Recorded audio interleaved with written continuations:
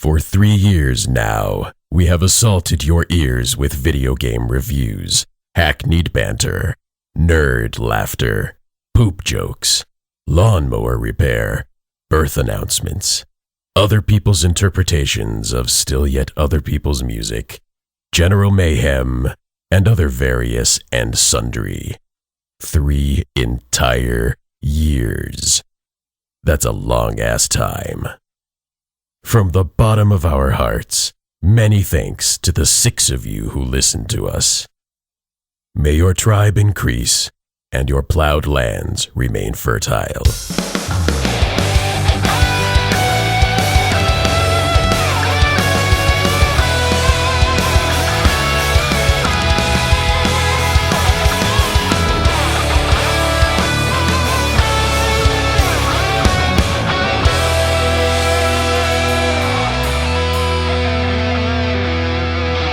I was like, I just got 2 achievements. Let's be happy. Yeah, Let's pump it. He's just going to play. Time for a podcast.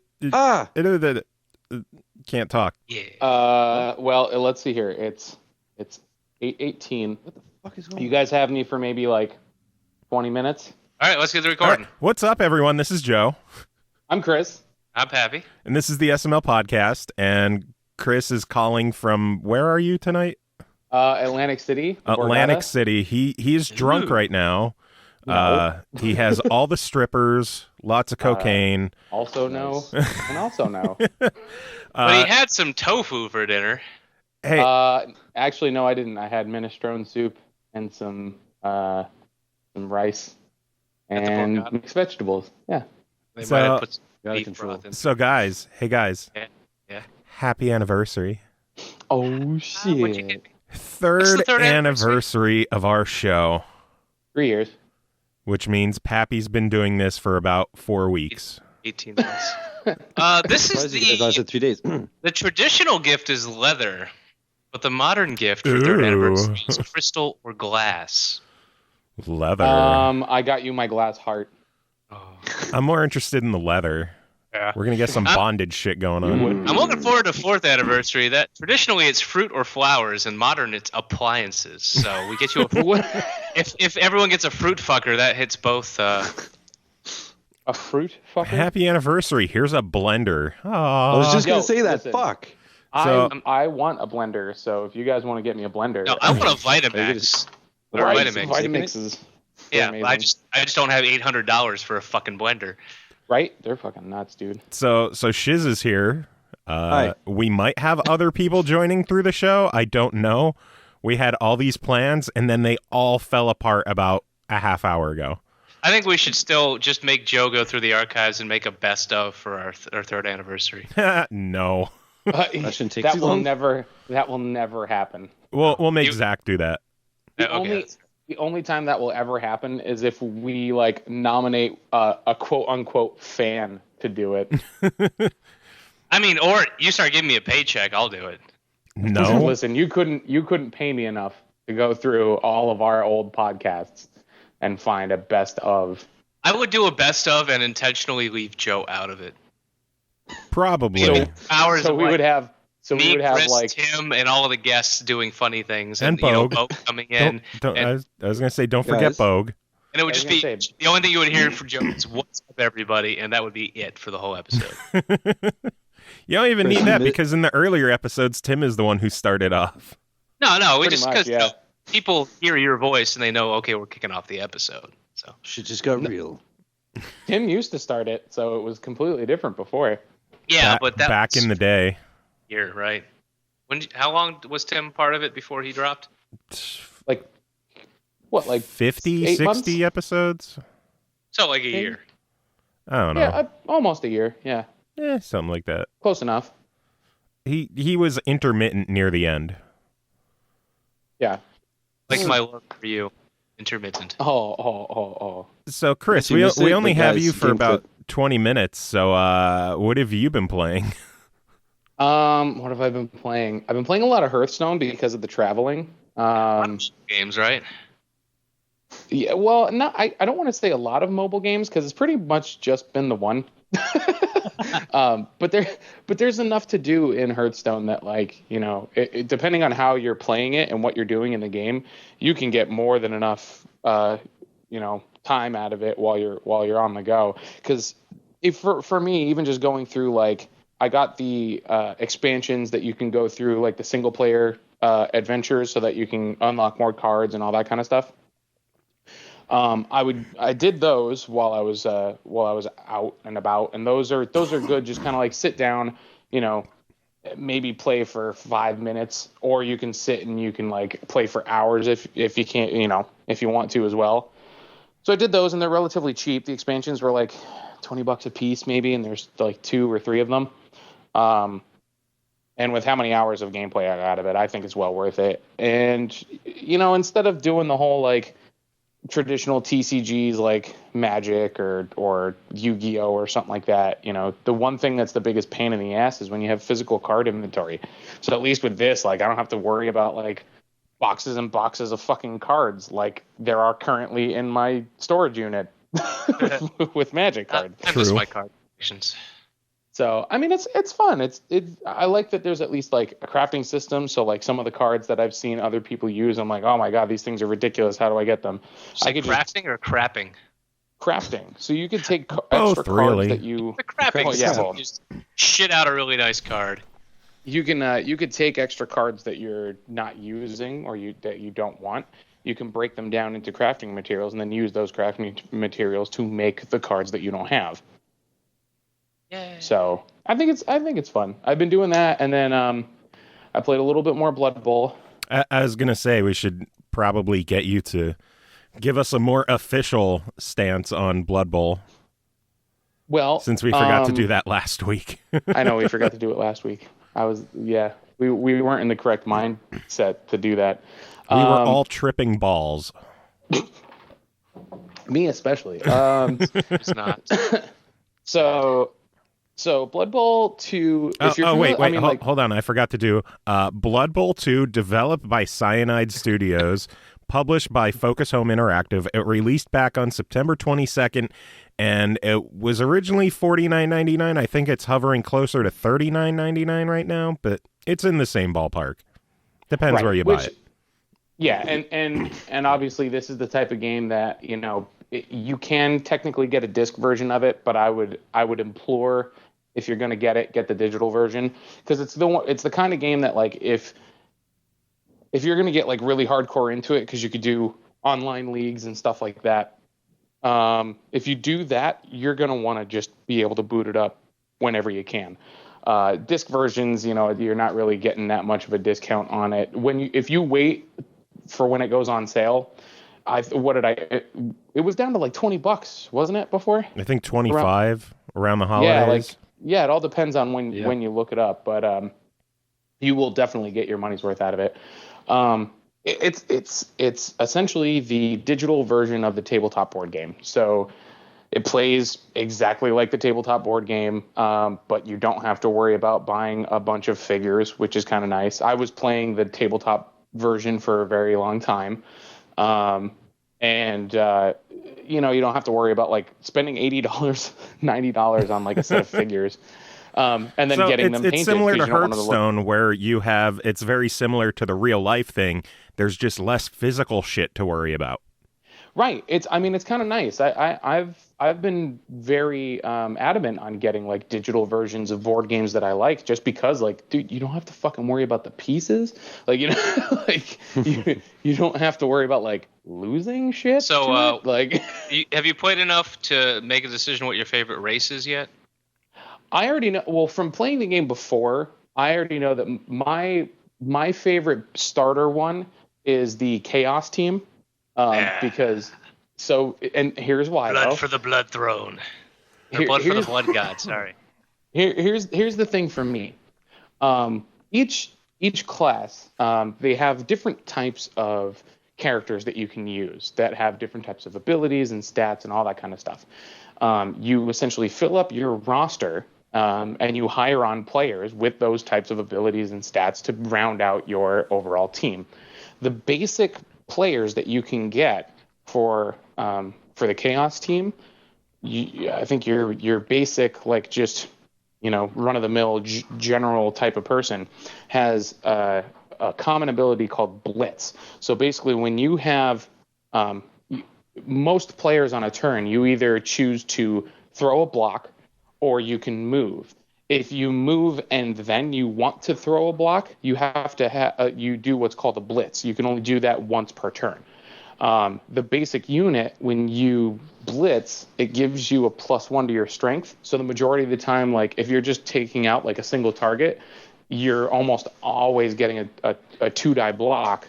So it's really to me, it's really advantageous. I like just kind of like keeping a couple of them back just as like extra, like safeties almost, so to speak. And then just if one guy starts making their way to the end zone, I'll just one guy run after him and just take him out. So it's you got chaos, you got humans, or is it orcs? There's a bunch. And now, is it humans, or is it like humans and orcs and elves, or elves their own team? Or like I said, I'm very familiar with Warhammer, but I've never played Blood Bowl. So Blood Bowl is essentially in the same exact universe as Warhammer.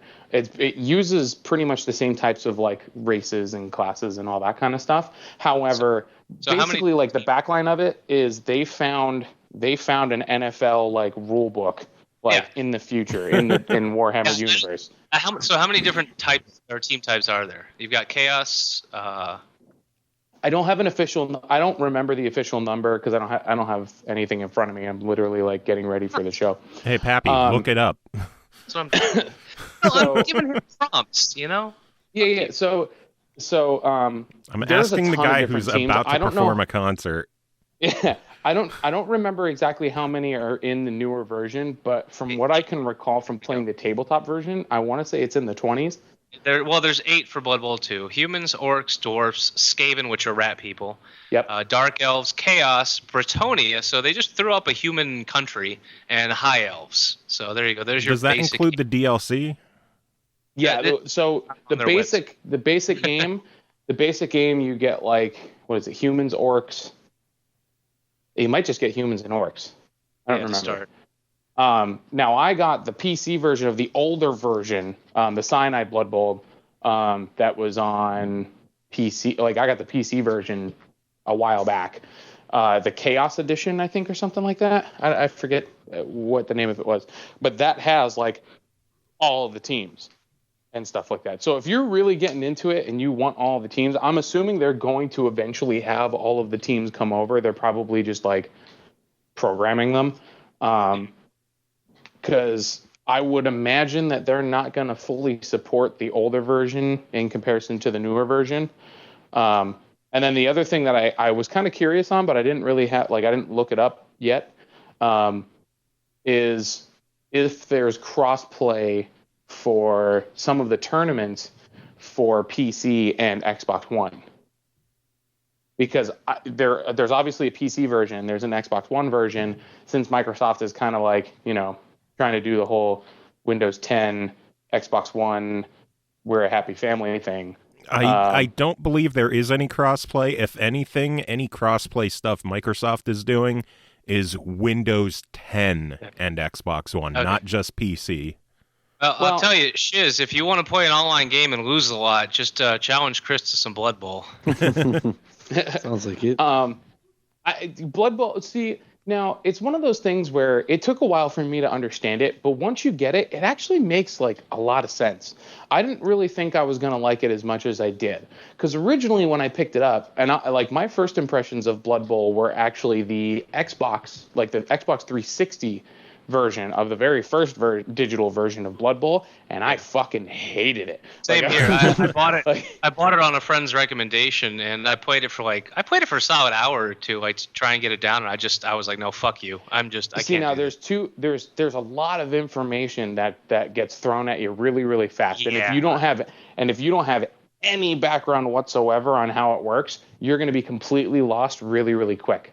Now, the one thing that I kind of like that they did with the newer version is when you first start the game, it pretty much forces you into a tutorial that explains at least the very, very minimal bare bones, like, here's how the game operates. Like, So you're not so completely lost. Yeah, I'm looking at the strengths and weaknesses, and with the chaos, the weakness is like, none of their players could specialize in passing, catching, or runs, or dodging. Just forget the ball and look for fights. Well, see, and that's the thing. Like, Chaos doesn't play Blood Bowl. They're just there to kill people.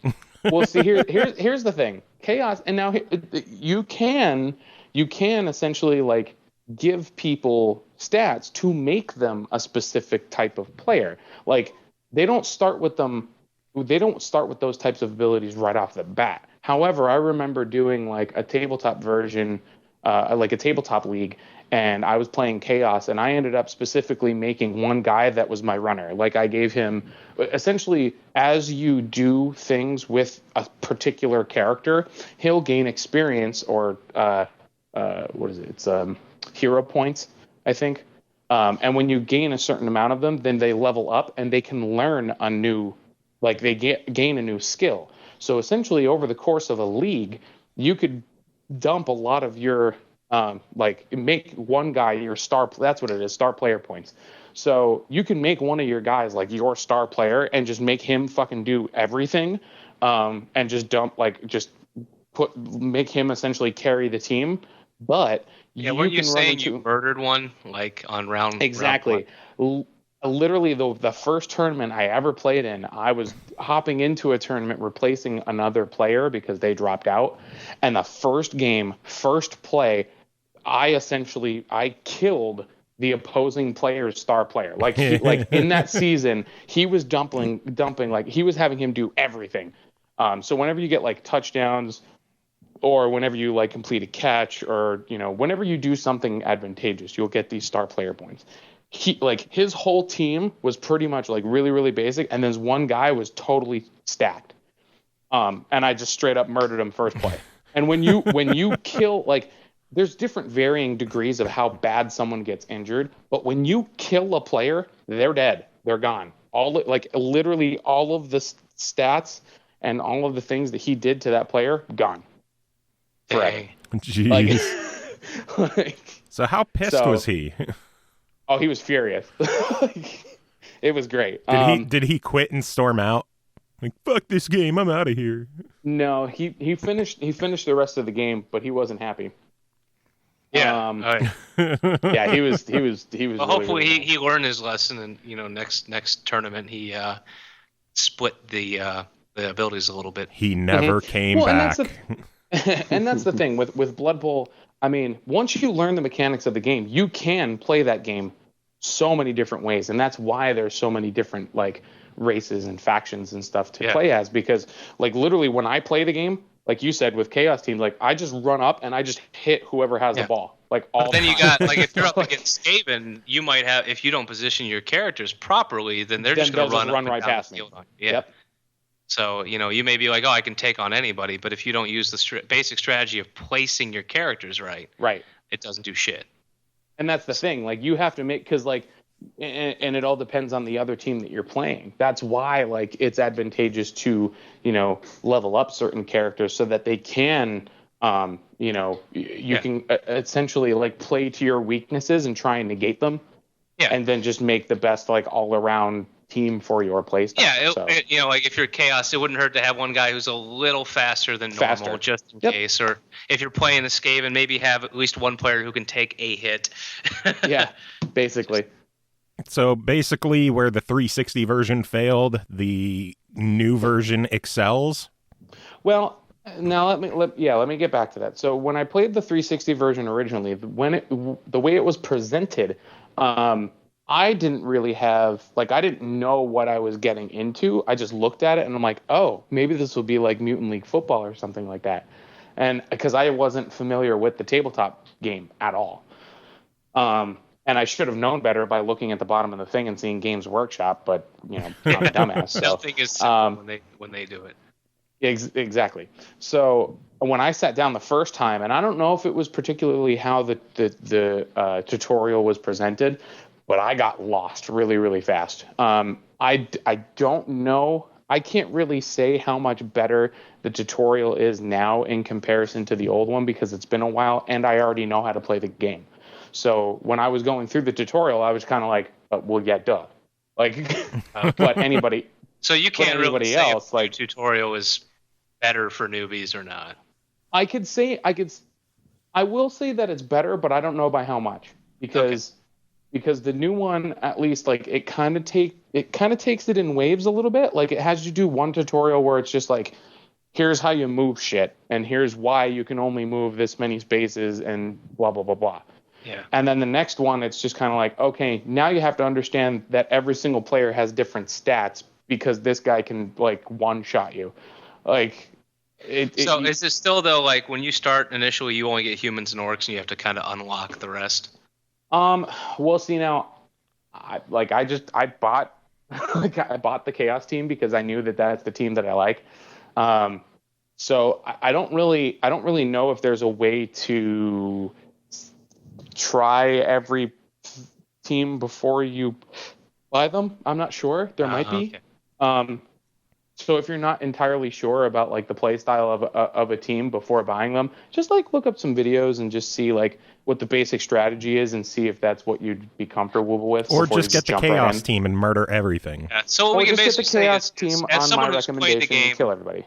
As someone who's played the tabletop, you definitely enjoy the digital version and recommend it. Absolutely. Mainly just because, even just for me, I mean, shit, look at my schedule. Like, my schedule is kind of, like, retarded. So if there was any possibility of me playing in a league, I'd only be able to do the digital version and not the tabletop version. So at least for people that like the tabletop version and might not have time to really take it seriously, but want to take it seriously because they enjoy it, the digital version, like, 100%, like, that's the way to go. If you're curious about the game and you just want to learn how to play it and you want to go into the tabletop thing, it's, like, the best thing ever, because it's going to show you a lot of the times when you're playing the tabletop version, you don't really know, like, you could get things wrong where it's like, oh, this person's supposed to have, you know, you're supposed to use this many dice for this character going against this character. Whereas the digital version, like, literally it's going to do it for you. Like, there is a lot of, like, math and, like, a lot of skill, like, a lot of rules to take into account. So sometimes when I've played the tabletop version, like, there'd be one or two things that we would miss, and it's not like myself and the player that I'm playing against, it's not like we did it on purpose. It's just there's a lot to keep track of. Yeah. No, I've tried a 40K game once or twice, and, you know, it's 3 hours of setup for 15 hours of gameplay for one damn fight. Exactly. And even just for the tabletop version, like, you have to roll for everything, like, just the weather, like, and like, ball placement, and did I turn an ankle while starting my turn? Yeah, like, am I wearing a cup? Roll.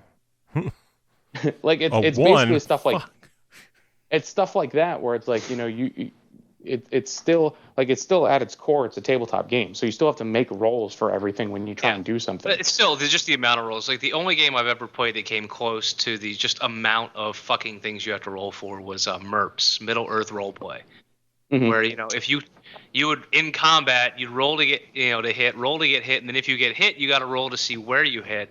Roll to damage, and then roll to see where you hit, and then do an additional roll to see if you did anything extra based on where you hit them, and then you find the table for the damage amount and see if that adds. Like, I mean, it's, you know, in D&D when it's like, I parry him and I stab him in the throat. Okay, you succeed, roll damage, 10, done. Middle Earth, it's like a 50 fucking step process. Yeah. See, and that's the thing. Like, everything you'll have Games Workshop does is like that. They make it a fun game if you're into it, but they don't make it a simple game. Right. There is always a lot of stipulations and a lot of, like, happenstances that you'll run into. So more or less, Blood Bowl, the game, is a lot more accessible than Blood Bowl, the physical tabletop game. 100 times, yes. Like if you're even just, like, curious about the game at all and you want to learn how it's played and you want to give it a shot, the digital version is infinitely the way to go. Nice. So, but there's a single player campaign. You've got, like, an actual, like, story mode, so to speak, and that's kind of tied in with the tutorial as well. And then you have, like, online leagues and all that kind of stuff. So it essentially, because it's a modified it's a modified board game. You technically have like infinite amounts of replayability. It just matters if you want to play someone real or if you want to play a computer. Like, so you never really have to worry about like, will this game, you know, eventually run out of its charm, because you're essentially just you're playing football. Like, so it's the same kind of concept. Turn-based strategy, violent, bloody football. Yes, exactly. It's a slower version of NFL Blitz with fantasy elements. it's way slower. So it's more like real football with how slow it can get at times. It can be. Well, I mean, because it's turn-based. Another like, rushing play, 2 yards. Because it's turn-based, and it's turn-based based on each player too. Like, you're essentially like, this person makes his movement, this person makes his movement, this person makes his movement. Like, it takes a bit for a turn, so you have to be patient. But if you have the attention span to actually put into it and like take it seriously, it's a lot of fun. It's good. That's the exact impression I got when I saw it. Like, well, I'm glad that I was accurate. That's why I didn't get it, because I'm not patient at all. What? Like, Shiz isn't patient? If it's not done in 17 seconds, it's stupid. If I can't pick up and play in the midst of blinking twice, then fuck this game. But if I can get all the achievements in 17 seconds, I don't want to even hear it, bro. How long of a completion is it, Kris? No, but it does look really cool. No, I didn't. No, I'm really interested in playing it. I'm not gonna lie. I didn't complete it. I'm not entirely sure, because it all depends on, like, there's a lot of different factors that can go into play. So it's I don't know if I can really like even average it out. I'm sure Shiz has a spreadsheet on his computer of like, well, this game takes this much time. Is it going to be worth it? Let me like calculate how much streaming time I have this week. Well, it's a 25-hour completion to get 1,000 out of 1,000. Yeah, I've got 4 hours for me. 4 hours to stream today, 4 tomorrow. It's going to take longer than a week, so it's not even worth my time. I'd rather pour another 400 hours into Isaac. 1,813 track gamers have this game. 13 have completed it. So. Holy fuck! Yep. 13. So, you know, about 5 hours probably. There you go, Shiz. You could be number 14. There you wasn't go. that the exact number you gave me before when I mentioned Guys Cave? How I want to be 12. number 1? Well, okay, close enough. Close enough. Yeah, close. That's really funny. Yeah, it really totally just depends on. I mean, I would say it depends on how much you're willing to spend on it and how interested you are. Mainly for me, like, I would pay it as high as like 45, 50 for it. Okay. Because if you're into it, you're going to put the time into it and justify it. You will get your time. Oh, yeah, absolutely. You will absolutely. But if you're on the fence, it sounds like you might want to find a friend who's got it, or even just go to a tabletop version and kind of get an idea of how it's played before you drop the money. Yeah. Or wait until it's on sale. If it's something that you're like, I would say, even if you're just curious about it, when it goes down to like 20, because I'm pretty sure it went down to like 20 or 25 around Christmas, dude, at $20, like just grab it. Like, that's like I will say the presentation of the newer one in comparison to the older one, it's like tenfold better. So even just like the UI and how it displays like the roles and the stats and everything is it's not as, it doesn't seem as cluttered as the first one. And I support more Games Workshop games becoming popular, so I can eventually have the campaign digital version of Warhammer 40K on a goddamn console. Mm-hmm. Maybe one day, Pappy. They did the Space Marine one, which is all right, but it wasn't what I was shooting for. I didn't want the constant combat, you heal through combat kind of stuff. I wanted an actual I want like a Mass Effect style game in the Warhammer 40K universe. That's what I'm chosen for. I thought they were pretty clear with Space Marine that it was just straight up action game. Yeah, but I'm saying like it was fun for what it was, but it's not what I want. It's not what I want. So, dude, you want to see me put 1,000 hours into a game, you give me a fucking Mass Effect style Warhammer 40K game. No, I'm good. good. Rock and Racing and Dear God mixed together, and you'll get 1,000 hours. So, Kris, I'm not sure how much more time you have, but we do have a few emails to go through if you're interested. We can go through like maybe like one a handful, and then I'll probably have to take off. Well, we don't have any giveaways this week, so we only have 3 emails. How many okay. from Hey, 3. Zach? From who? Zach. 2, actually. Because I know he tweeted that he got back into listening, so I figured. We'll start off with Uneaten Lake. He sends in happy anniversary. SML just wanted to drop you guys an email to say happy anniversary and thank you for the hours and hours of entertainment you provide on a weekly basis. Episode 161 was by far the most interesting show I've heard so far. I loved hearing about all the concept theory that your guest was talking about. I can't wait to play some Project Knoxville during the prototype phase, as well as see how the game develops. Anyhow, again, thanks for the entertainment. It helps me get through my boring days. That was a great interview. Yeah, that was a lot of fun to do, and a lot of fun to play with the developer beforehand. Dude, I'm so bummed that I wasn't able to do that, man. Yeah, man, you're playing a game with a bunch of shifty bastards from the UK, and I love it. And they backstabbed the shit out of us. But at least I survived the first round. Joe just got straight murdered. I got betrayed so hard. It was like, hey, come on over here. Yeah, you see that? Yeah, go pick it up. Stab! Pretty much. That's amazing. It was pretty brutal that first time. Yeah. Timo, you prick. I broke off with a group that was like, hey, you've never played. Let's show you how to do it just once. And then you broke off with a group like, ha, fucking newbie. That's nerd. Well, no, I've played it before. So I think they just took advantage of the fact that I trusted them in the beginning. Like Timo, I'm like, I trust. And then from then on, it was, I don't trust. I don't. Fuck you. You're a piece of shit. Remember when Uneaten Lake suffered that fate when he hopped into my chivalry game and he got stabbed in the fucking face? The game literally started and I stabbed him into a wall of spikes. Oh, it was amazing. I was like, thanks for hopping on the stream, man. See you in 10 minutes when you respawn for the next game. For Zach, I'm actually going to start with his second email because it's much shorter. This one says another email. I figured I would send one more email just in case you've got any contests going on right now where you just need to send an email to enter. Consider this my official entry. Good news, Zach. We don't have any contests going.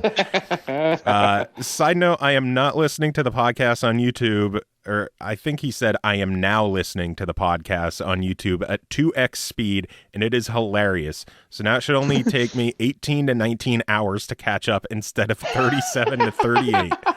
Maximum efficiency and hilarity. That's hysterical. Brilliant. Hey, that's what happens when you have a baby. You're gonna. Wasn't it Lake? Lake mentioned that. He's like, hey, you can fast forward on YouTube, and Zach was like, yo, yeah. I tried listening to us at 2x speed, but it was too fast. I think part of it though is for us it brings back memories of Purvis and Pappy. Oh God, I wish it was pitch shifted. Double speed. Right? I wish YouTube just had it pitch shifted for double speed instead of just like chopping out stuff. Actually, yeah. Oh, okay. And then his first emails just update. I wonder when my last email was. Well, Zach, how about you go back and listen and let us know when we read your last email?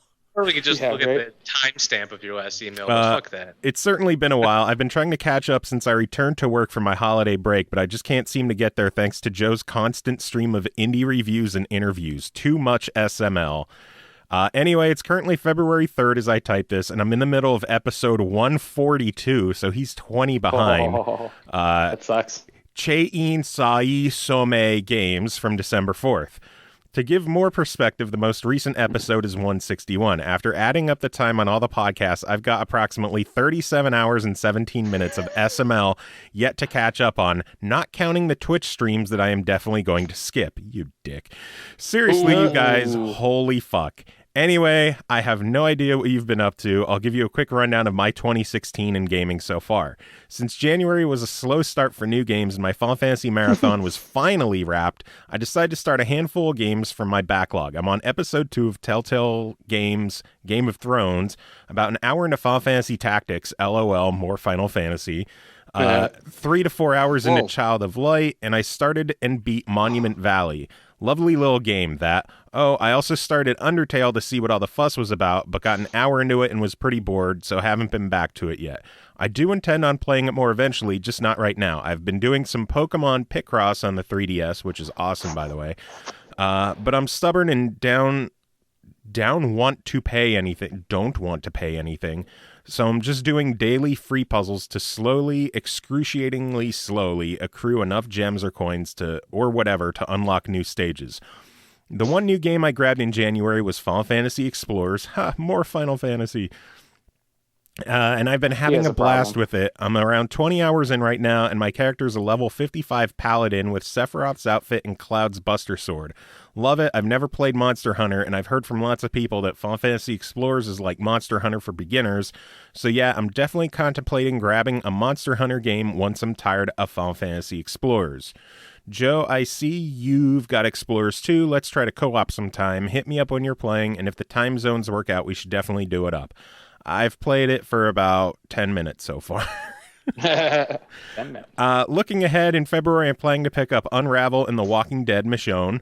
I'd also love to get Far Cry Primal, but I'm on a strict gaming budget for the year. Thanks a lot, baby obligations.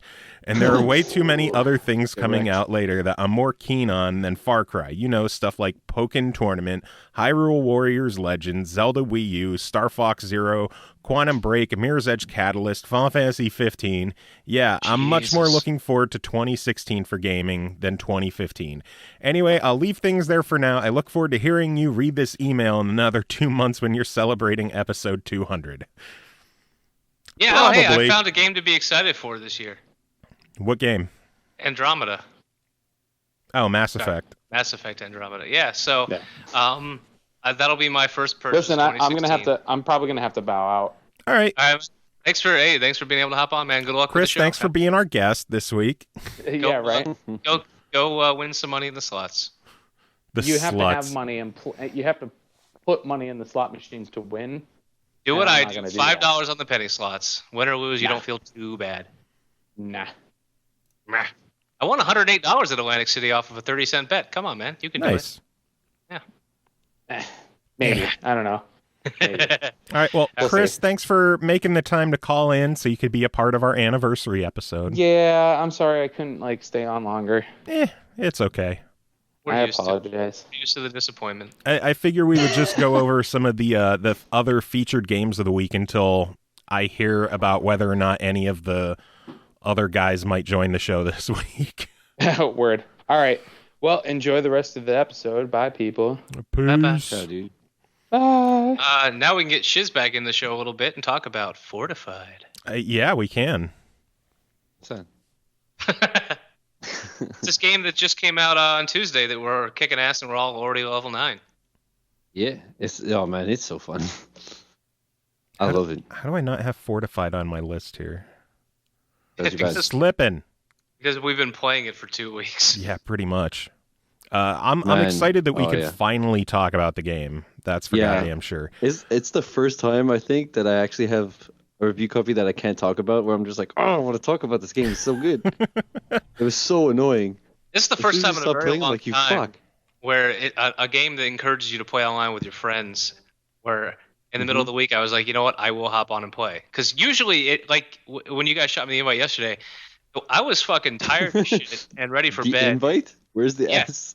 Usually in that case, I'd be like, you know what, I appreciate the invite, guys, but I'm going to bow out. But you're like, hey, Fortified. I'm like, you know what? Let me finish this food, and I will play for a while. Let me give the details quick. Fortified is developed and published by Clapfoot Games. It released February 3rd for $15. I love the word Clapfoot. and it is baller as fuck. And I am hoping to get them on possibly next week sometime. Yeah, what did we end up calling it? Like a tower defense horde mode? I compared it. I call it horde mode, the video Plants game. I compared it to Plants vs Zombies Garden Warfare, like tower defense third-person shooter that does not get boring. You literally stop playing because you have to stop playing. Yeah, and because it's kicking your ass. Yeah, now it is just us versus the computer though. That's the one difference between this and Plants vs Zombies. But yeah, it's a way to it's like the actual garden warfare mode of which I've never played. Where it's just it's basically the horde mode version of Plants vs Zombies. Because you say that, I think I've only ever played. It's like Garden Us. Yeah, okay. Garden Ops, that's what it is. But I love the style. You know, it's okay. Robot, alien, Martians are invading, and only us 4 heroes who are total 50s style like sci-fi stereotypes. You know, there's the captain, like there's the agent. Yeah, the captain, the agent, the Rocketeer, and the spaceman. Dude, I love my agent. Yeah, once you leveled him up. Don't relax yet. There's more coming. In normal mode, you throw up your defenses. Yeah, in normal mode, you throw up your defenses. You need to kill things to earn money to throw up more defenses in between waves. We discovered on hard mode that there's just a timer between waves, so you better do your shit quick. And, and then you can run around and attack the things that your fortifications missed. And the captain is broken. No, I'm just good at the game. OP. No, he's OP as fuck. You're good, but he's just too good. Yeah, the captain, you get infantry basically, and the infantry they can attack a lot more frequently. Like I got the Rocketeer, and she puts up mortars and anti-aircraft artillery and crazy shit, which does a lot of damage, but it fires so infrequently that I'm cleaning up a lot of creatures myself. So at the end of the round, you'll see Joe had like 20 kills, and his soldiers had like 50, whereas I had 50 kills and my mortars had 20. Yeah. Same as my. I found the agent had good, like I was doing good damage, but I wasn't mopping up, you know? Yeah. Like my boob guns, the fusion coils or whatever they're called. I just call them boob guns. Your titty coils. Now, none of us fuck shit up, but they don't seal the deal. Yeah, none of us played the Spaceman to talk about his unique abilities, though. Nobody played the deep sea diver. Yeah, but yeah, and then you get enough, whatever you want to call it, action points, hero points, whatever. You fill up your bar, you can go heroic. Like for me with the Rocketeer, I fly and I have unlimited ammo while I can fly around the map and shoot down on enemies for 30 seconds. So what do you guys do when you go special? Invulnerable, and I drop mortars in front of me. Like every couple of seconds, just some mortar shells will drop and explode into whatever's in a designated circle in front of me. Dang. I just looked like I went Super Saiyan. I caught fire and I was invulnerable. But I feel like it said I have infinite ammo, but nothing changed because you always have infinite ammo. No. You don't reload. Mine does. I does. I do. I does it. I does make that thing. Because the first thing I do as soon as I start flying is I just do nothing but left trigger. Oh man, yeah. I feel like mine said that and it's full of shit. But at least I catch fire. Goddamn like liar. You just listen to my mixtape for 2 minutes straight. It's amazing. Good time. Yeah, I fucking love the game. Me too. I think I don't think my character's broken. I just really kind of got a handle on how to play it. Like I can drop guns and shit like that, but in my eyes, it makes more sense to just drop my bazooka troopers, and I will just have them follow me, but be behind me. So they're my support is I have my explosive shotgun. Is the combo is you have your troops can follow you. I have a mortar cannon. It's fixed. Like I put a sniper that doesn't hit anything. And what's the cost for your troops? The bazooka troopers are $400 each. Yeah, my cheapest my sniper item is $550, I think. Yeah, my cheapest item is $500. It goes up from there.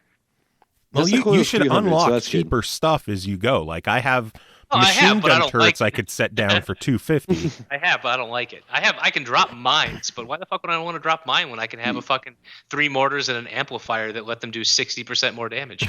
I was just gonna say the Tesla coil is only 300, but then when you amplify it for 6, it's pretty brutal. See, the downside with my troops though is that they could die. Yeah, I've never seen anything even attack my fixed emplacements. Yeah, my guys, if they're attacked, they can die, and then I have to wait for them to respawn. So I do have guys that may attack more frequently, but they also die a lot. Okay, so you figured out by keeping them behind you. Yes, they're basically my support, so that's why I have them behind me, killing what I'm damaging. So I'll shoot the guys, set them on fire. And then they get the kill. I mean, I'm just better than you guys because when we did the rounds where I didn't use any support, I was still killing more than everyone else because I'm better at games than you assholes. That's fair. You horrible, worthless assholes. Yeah, the only thing I'll say, though, is the Rocketeer's initial gun is shit. As soon as you can switch over to other things, do that. It's literally it's a little tiny laser gun where you're just like, pew, pew, pew, pew. And it takes like 8,000 fucking rounds before you can take down a robot. So I went right to my fucking grenade launcher. Now I have a bazooka and a machine gun. Yeah, I have the machine gun. the That's death ray. the machine gun's one of my starter weapons, but it's not very powerful. It does have like a shotgun style burst fire. Okay, so it's the same one that I had. Yeah, that's the common one. But what I do is with the bazooka or the grenade launcher is I just fill the enemies with explosions, and then while that's reloading, switch to my machine gun, finish off one or two robots, and then switch back. Oh yeah. Okay. I was doing I would freeze them with my freeze ray and then use my death ray. This is slow as hell, but it hits like a tank and it goes through enemies. But So, that freeze ray saved our ass. Exactly, especially with those annihilators, which are brutal as Man, fuck. annihilators are assholes. I would just Don't expect to freeze them jump and on. then. Yeah, even on normal mode, don't expect to jump in with your 3 buddies and beat the game just straight through. You're gonna have to That's replay. that's what I was gonna say. And for me to actually want to play a game with people it said something, because usually I'm like, don't message me, don't talk to me, I'm busy. And I'll just play it alone and whatever. And this one, first of all, it's a hell of a lot more fun with people. Yeah. I played it solo and it's still good, but it's nowhere near as good. I was gonna say this is not a solo game. It definitely, like, we were You already can, which getting is our cool shit if you want pushed to just in. level up or something. That's cool. But Maybe the first few stages you could level, but when it gets to that you have to defend 2 rockets with like 4 different paths, and we're only halfway through the maps. Like, I'm scared to see what level 12 is. Yeah, we're on normal. I don't even want to know what 12 on insane is. It's probably just like you start the game and die. It's just fuck you, the video game, on those later stages. it actually it just wipes your save. It has an ambulance on standby. Yeah, when you die, it wipes your save. It just has a picture of a middle crashes. finger. Oh my god. Yeah, it's gonna be brutal, but yeah, because it really doesn't scale. I don't feel like, unless I'm just that bad, which is entirely possible. But when I played alone, it was way harder. I think it was it not as fun. scales for the number of people. I know it does that. Okay. Yeah, I think the number of enemies, I'm not sure if the difficulty... Yeah, I feel like there was less enemies. It was just, it's still hard to keep up with, the multiple spawns and whatever. The thing is, again, like Plants vs. Zombies, it's so much easier with the team they communicate with, obviously. Yeah. And it's just so much more fun. Like, I had fun alone, because I played for, I don't know, half an hour alone when we first played, just for a couple of achievements. And it was still fun. But I was like, I miss my boys. It's so much better. Yeah, it's the kind of game you want to play with friends. But it is an online game, so, like some of the games that we played that are a lot of fun, but you need to have friends in the room. And there's good and bad to that. But this one, I personally, living half an hour away from all the people I game with, I like being able to get online. Yeah, I like the option. Yeah. I would honestly think that if you don't have friends to play this game with, you might want to hold off. Yeah. I have no friends. You can try the public games. I just think Playing a game like that with randoms might be pretty awful. Yeah, especially if you find randoms that don't use their headsets. Yeah, because this is a game it's a game that definitely benefits from teamwork. You need communication in this game. Yeah, I can see playing with randoms could be fun if you get the right guys, but you get the wrong guys, you're not going to have fun at all. Yeah, I feel like you have to get really lucky. Or you get the kid who's like, "Do this, no, why aren't you doing that? No, fuck you, what the hell?" I'm gonna run where I want to run. If you get someone like Shiz that just runs where they want to run, and you're like, Shiz. Guard your own fucking rocket. There's 4 annihilators there right now. I'm like Miley Cyrus, dude. I can't be tamed, okay? but yeah, I almost just killed myself. I highly, highly, highly recommend that game. Oh, God. And I am awesome. This is How one much of is it? $15. Oh yeah, you're gonna get your money's worth. Yeah, I feel like it might be 20 in Canada, but I'm not sure. Well, yeah, you're Canadian money. You don't need 3 friends. You need it. You want at least 2 friends, and you will have a blast. Yeah. Even if it's just one buddy, I think you still have fun.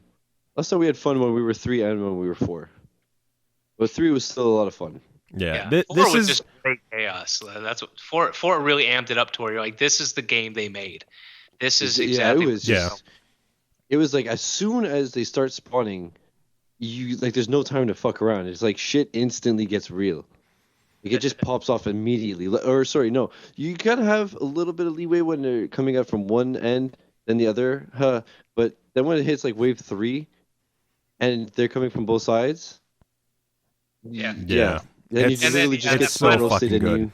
That final level where they're coming out of two sides from 4 different directions because the way the roads are made. I want those That's not the final level. That's the final one that we were able to beat. Yeah. We got we're halfway through the game right now. Yeah, because now, again, when are we playing again? Can we stop recording right now and play? Unfortunately, no. We do have to do our episode. That's all good. I'm getting achievements anyways. Yeah, the game is awesome as hell, though. It's actually one of the few times that I was bummed about an embargo on a game, because we had it 2 weeks before it came out, but we couldn't say anything until this week. And I hate when there's an embargo of a really good game, because you just want to talk about it and say how fucking good it is and how people need to be prepared to get this game. Yeah.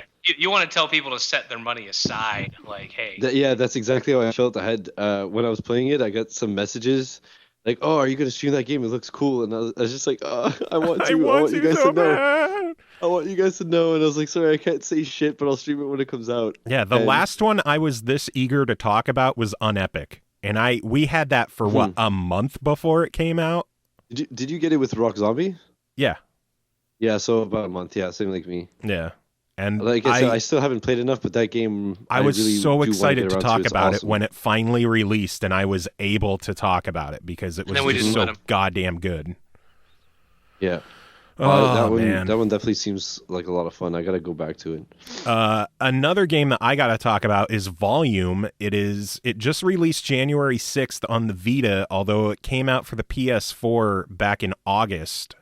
It is a cross-buy game for $20, so you get it for PS4 and Vita. Developed and published by Mike Bithell Games. You might know him as the guy who made Thomas Was Alone. This one, instead of being a platformer with fantastic writing, is a stealth simulation with fantastic writing and really, really funny writing. Oh, you said stealth. Now I feel like it's safe to walk away because this is not my wheelhouse. Not at all, probably. It's a lot like if you were a PS1 gamer, Metal Gear VR Missions. Very similar to that. It's a top-down isometric just like a simulation style visuals of like all wireframe and shit like that, where you need to sneak through each level, pick up crystals to open up the exit, and then escape. And obviously it starts off easy enough where you just, get the crystals and leave. And then there's enemies that you have to, stay out of their sight, either by like creeping on a wall past them, or as the game progresses, you get things like a bugle that you can shoot out like a little bullet and detonate it, and it creates a noise to distract them and have them walk away. Or there's something called an oddity that you throw it onto a wall and then it just catches their attention, and you could just like pretty much sneak right behind them without any worries. You're able to wear disguises. You're able to hop over different walls. You get a blackjack in the game to beat the shit out of people. You could hide in lockers if there's people patrolling. There's enemies that you can. One of the earlier things they teach is you could like flush a toilet to get their attention, and then sneak by around a wall to get past them. That's cool. It's like just escapist, I guess. Not really. You could do you could do the same thing. Flood a toilet, and then the security guards check it out, and then you could go raid whatever. And yeah, Escapist is much more of like a sim style game, where this is just like pure action style stealth. No, I meant the toilet part, not the game itself. Oh. Escapist is not really a stealth game. Yeah, I know. That's cool. But yeah, the game is just really friggin' cool. I was able to play it on the PS4 and the Vita thanks to the wonderful benefits of cross-buy. Unfortunately, it does not support cross-save yet. There is supposed to be an update coming to the PS4 to enable cross-save. It is a lot easier to play on the PS4. Just the way the visuals work, like it works well on the Vita, but nothing like playing it on a full screen, because some of the text could be really small. Some of the colors and like the aiming lines for some of the, like the bugle, because it has like a little aiming line that shows where it's going to go, it can blend into the background colors really easily. It's just so much easier to play on the PS4 as opposed to the Vita. Makes sense. So if you're getting it, if you only have a Vita, it's worth checking out. I might wait for a sale. If you have a PS4 and you don't already have the game, what the fuck are you waiting for? I don't know. I'm so sorry. There's no word on if it's going to come to the Xbox One, although he said, never say never. So it could eventually make it over. I hope it does, because Thomas Was Alone made it over. I would love to see Volume make it over. It's just a really, really cool game. The visuals, the wireframe style simulation visuals are fantastic. It's a long game. There's 100 stages to go through. Holy shit. Plus, you can create stages and share them online.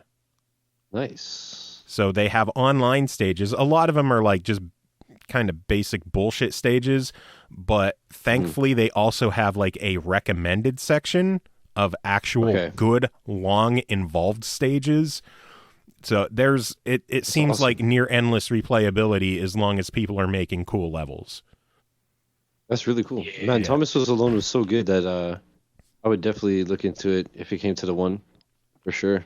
Yeah, I hope it does. So, Mike, if you're listening to this, first off, come do our show sometime.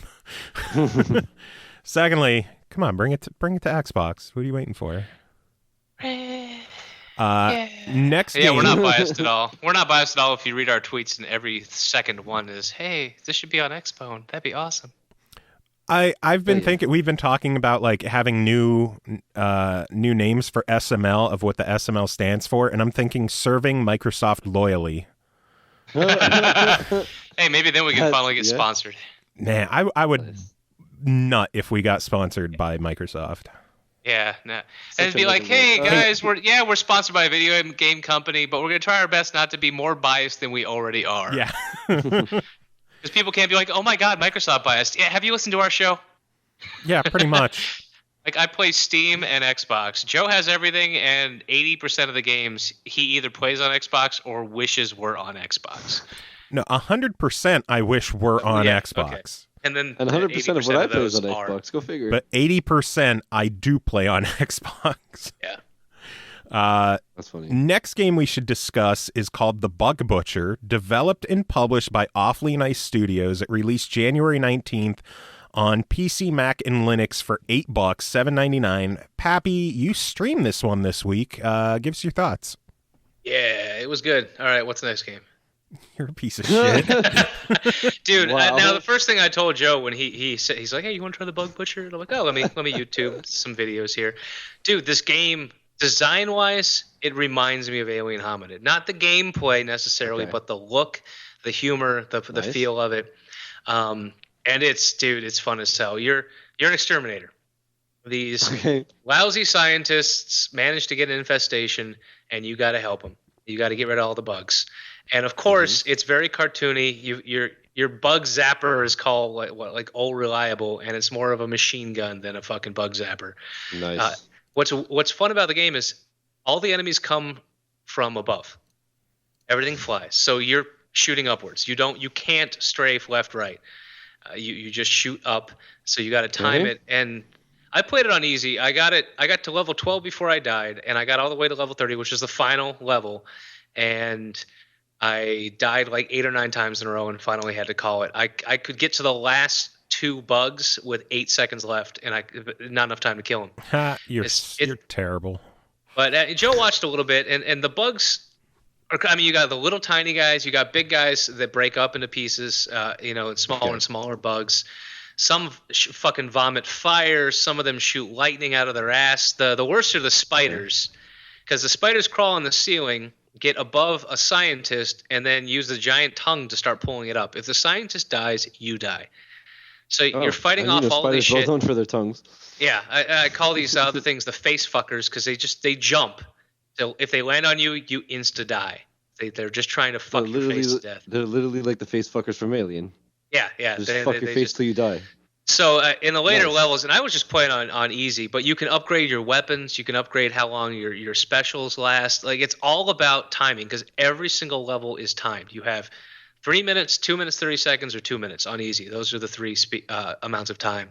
And if you don't kill all the bugs in time, the room lets out a gas to kill the remaining bugs and also kills you. Genius. So you've got a dash, you've got your guns, you've got your special power up that you power it by getting combos. And I'm not that great with the combos because it's all, if you kill 2 bugs on the right hand side of the screen and there's 10 of them to the left, by the time, even if you dash to the left, your combo meter's already dropped. Okay. So you're avoiding bugs, you're avoiding bullets, you're avoiding fucking face fuckers, and trying to time it to murder everything as efficiently as possible. And it's a lot. Sounds easy. You would love it, man. I know it's only a Steam game right now, but you would love the shit out of it. It sounds fun, dude. Yeah. It sounds just like how you described it. It sounds almost like Alien Hominid meets Space Invaders. It kind of is. The one thing I can compare it to is Buster Brothers. Oh, no. Yeah, I never played that game. So. It's basically the same style gameplay where you're shooting upwards, but instead of bugs, there's just like balloons bouncing around, and you shoot hooks up to try and pop the balloons. Nice. I believe when Jesse was on, Jesse Radonsky of Evolve PR, I think this was a game he was talking to us about where he mentioned it was a lot like Buster Brothers. And when I watched you play it, I was like, yeah, this is totally fucking Buster Brothers. Again, like every game we talk about. This is a lot more fun than balloons, though. Well, Buster Brothers is like Super Nintendo days. Okay. So it's an old school game. Like every game we talk about that isn't on the Xbox, I hope this one comes to Xbox. What's great is it was already controller enabled, so I played it with my Xbox One controller. Nice. All right. I'm getting more interested. Yeah, no, I plugged it in thinking, okay, this is kind of like a left to right shooter. Oh, this should have controller integration. So I didn't even check. I just plugged in the controller before I even booted the game, and boop, yep, there it is. Let's do this. Good times. Yeah. Sounds awesome. Please come to the one. So I think we're going to be adding some people to the call here. Oh. Let's see if they join. Nah, they hang up. They're both like, fuck you, we're out. Fakesies. Yeah, I'm so tired. Can I just go to bed now? Yes. We are going to be adding Adam Rippon and Bob Baffy to the call. Nice. Which is exciting. Apparently, Bob was available like 30 minutes ago, but I had the screen on my iPad off, so I had no idea. Like, I have Twitter open on my computer, hoping to see. Hello. Yay, Adam's here. Yeah. I'm here. I am attempting to get Bob on as well. What's that? I am attempting to get Mr. Bob Baffy on as well. It is calling him presently. I like a good Baffy. Good Baffy's always good. You're really quiet. Okay. Am I louder now? A little louder. Bob Baffy is busy. Oh, Mr. Baffy. I'll try again. Calling Bob Baffy. This is entertaining podcast material right We have an Adam. Hey, how's it going? Yeah. Have you been? Hey, pretty good. Can you hear me all right now? I'm trying to figure out where the microphone is on my iPad Pro. Is it on the bottom? Better. It might be. Just look at the butthole of the iPad. The butthole, huh? Yeah, hey, there you go. Wherever you were speaking in right there was pretty close. Oh, all right. It Well, was the butthole. When all else fails, eat the booty like groceries. Yep. So, Yep. Adam, how are you doing? I'm good. I've got a bag of pig snacks. I've got kombucha and whiskey because I'm just all kinds of confused about my diet. So, I think if you're eating pork rinds, kombucha, and whiskey, there is no diet. yeah. I think that's the diet I of meant champions. that in the grander sense of the word, as in my personal input. Not sure how this whole food thing works. Let's just throw some things in the stomach and see how it goes. Yeah, like it. So far, so good. I passed my PT test yesterday. I may have had a cheesecake for lunch. Nice. Cheesecake. Well, a slice, but it wasn't very good. Because I'm like, I need to have junk food, but I only had the commissary, so I bought the like pre-prepared thing, and Yeah, I was a little. So I ordered baklava yesterday to celebrate like the real thing. Like, yeah, I'll get real. Yeah, and it fucking never showed up. Oh, those buttholes. Pretty much. I've been on a. You sounded like legit devastated from that. I was, man. It was fucking. What did I say? $5 fucking piece of baklava that never showed up, man. Mm-hmm. Did you call them and bitch at them? I went through Grubhub. They gave me a $10 gift card. That's good. Oh, so you made $5. Yeah. So I'll order 2 baklava next time. It's just not the I was just same. gonna say, so That if you $10 just can't never get your replace the baklava, you're gonna lack. become rich, man. Yeah, eventually I'll have like $100 of Grubhub, and I'll just be sitting here crying because I never. Buy a car out of like the baklavas you never got. Can you use Grubhub credit for cars? Man, take enough this, for right? a car, I'd start selling off the credits to people. Yeah, man. Yeah, give me $50. I'll give you $100 of man. Grubhub credit. The guy who's selling you the cart needs to eat, right? Yeah.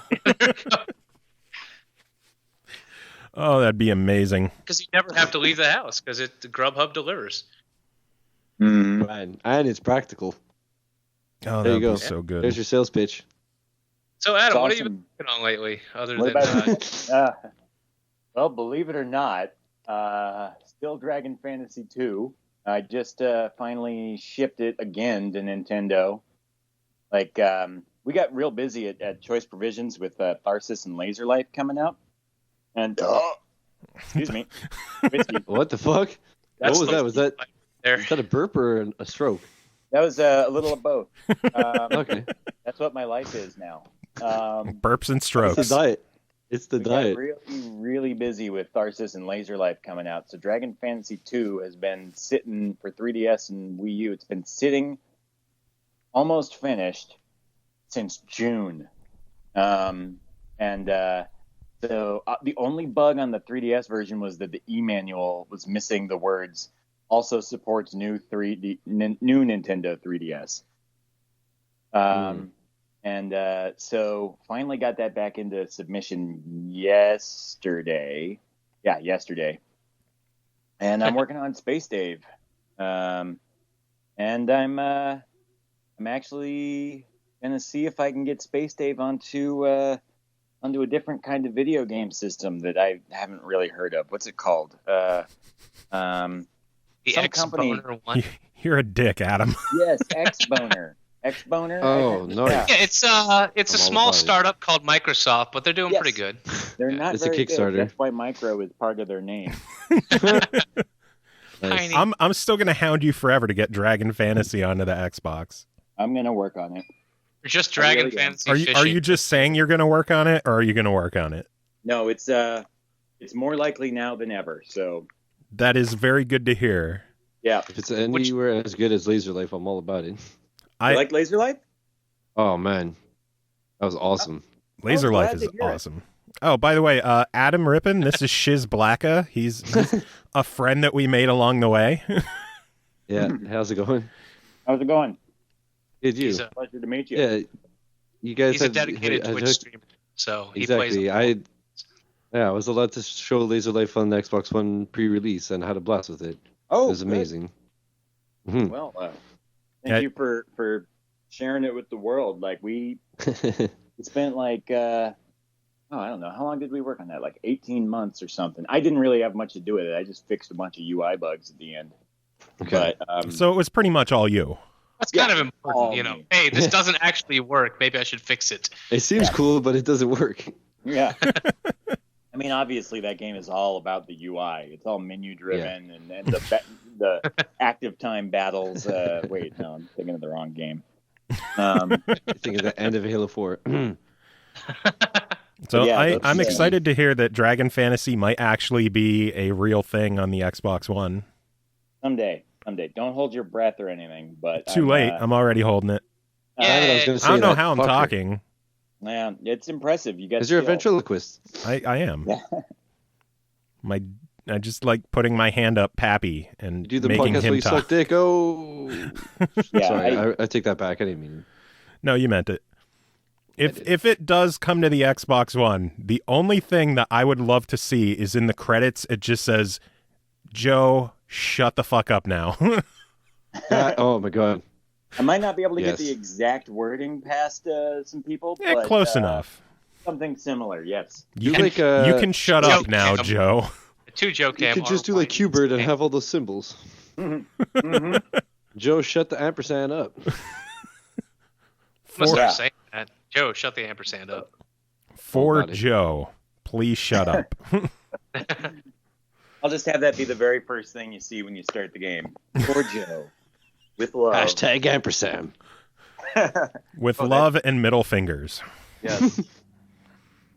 I'd lose my mind if I started up the game and it just said "For Joe, you're a piece of shit," or I think at this point, something like Joe, that. If you start up the game on the Xbox, you'll have lost your mind from excitement. Yep. Nice. I will legit be so excited to see that come to the Xbox One because I'll feel like I am the one responsible for bringing it to the Xbox. I badgered you that much. Mm-hmm. Joe, I'm gonna burst your bubble right now. He don't give a fuck about what you think, bro. And then I'm gonna get all the achievements before you. Probably. I care about Joe. I care so much. Yeah, I can tell. This is what, So like much. your 5th time on our show? I think so, yeah. Something crazy. You're one of our longest running guests. What? Well, good for me. Yeah. Were you on the one Maybe with you're the, my the longest running Bigfoot? guest. You ever think of that? Yes. Was he on the You guys- Bigfoot one? Yeah, he's one of the men Okay. responsible for the Bigfoot erotica. Well, yeah, I listened to that recently. That was amazing. Yeah, I was listening to that right before the end of the year. No, right at the beginning of the year, I think. Literally like on January 1st or 2nd. Nice. So, How long Shiz, is what it? are your thoughts on Bigfoot erotica? Oh, dude, I'm all about it. I'll help. I'm fucked up in the head enough. I'm sure I can make it even better. No, don't encourage them because I'm the one who's supposed to write the first chapter. Yeah, we're still waiting on you, dick. Okay, well then get to work and let's get rich, bro. Oh, God. Hey, if See, you I want don't know rich- what I'm more afraid of: actually writing it and then having you guys see that I wrote it, or writing it and you guys finishing it and it becoming popular. Like, I don't know which is Oh, we're worse. gonna finish something, all right. All over that furry motherfucker's face. But listen, I'm just saying, put out the book, make mad monies. You give the monies to the peoples, and they put the games on the Xboxes. I'm just saying. And then And- you use the mad money for more baklava. No, but you got to say monies, so that way it sounds professional. So when you bring the paperwork, they bring the games to the Xbox. That with would the be my monies. byline, like the co-authors on the back cover, and I'd just be like, I did this for the monies. I did it for the monies and the shouties. That's it. God, why didn't I pick up baklava when I was getting whiskey? Shit. Oh God. You would have Oh, made it's- $5. Now, okay, did you get like whiskey like Knob Creek, or did you get like some kind of honey whiskey thing going on? Honey whiskey? Yeah. No, like, I got Bullet. Okay. Oh, so you don't even care Wow, about that sounds so much more gangster. yeah. Did you get honey whiskey? No, I got Bullet, motherfucker. So you don't even care about what it tastes like at this point. You just want it. I just want that 78% whiskey. So the shop down the street only has like Jack Daniels and Bullet and like a couple others, and of the selection available, I like Bullet the best. But you mean you it's hate all it? garbage. I feel like a bum for drinking a can of Budweiser now. You pussy. Quit drinking. I was quite the. I can't say I was the alcohol snob. I wasn't the guy who walked around and went, "Oh, you're drinking that, fuck," But for How me, you not stop then? when I drank, like if I was going to a party, I liked the top shelf liquors. I liked to get some of the nice microbrews. If I was drinking at home, it was Miller Lite or Bud Light Lime, But if I was going out, Oh, like, Bud oh yeah, Light I'm gonna Lime. share some beers. I'm gonna go to the store and buy like the build your own 6-pack shit, because that was But if I was drinking liquor, Ciroc vodka, Knob Creek whiskey, like it's shit you didn't want to drink too fast because you spent a lot of money on it. Yeah. Yeah, speaking of Bud Light Lime, fun fact, don't drink 12 of them really fast in the sun if you haven't eaten. Yeah, It part of the turns reason- out that just because they're low in percentage, they do still destroy you at some point.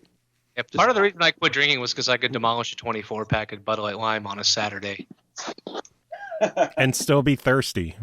and then walk to the store to buy a 12-pack. Yeah, Yeah. They're So, weak, but it's just like, if you drink it in the sun, I don't it's drink. just so refreshing, but then it hits you and then, well, rip.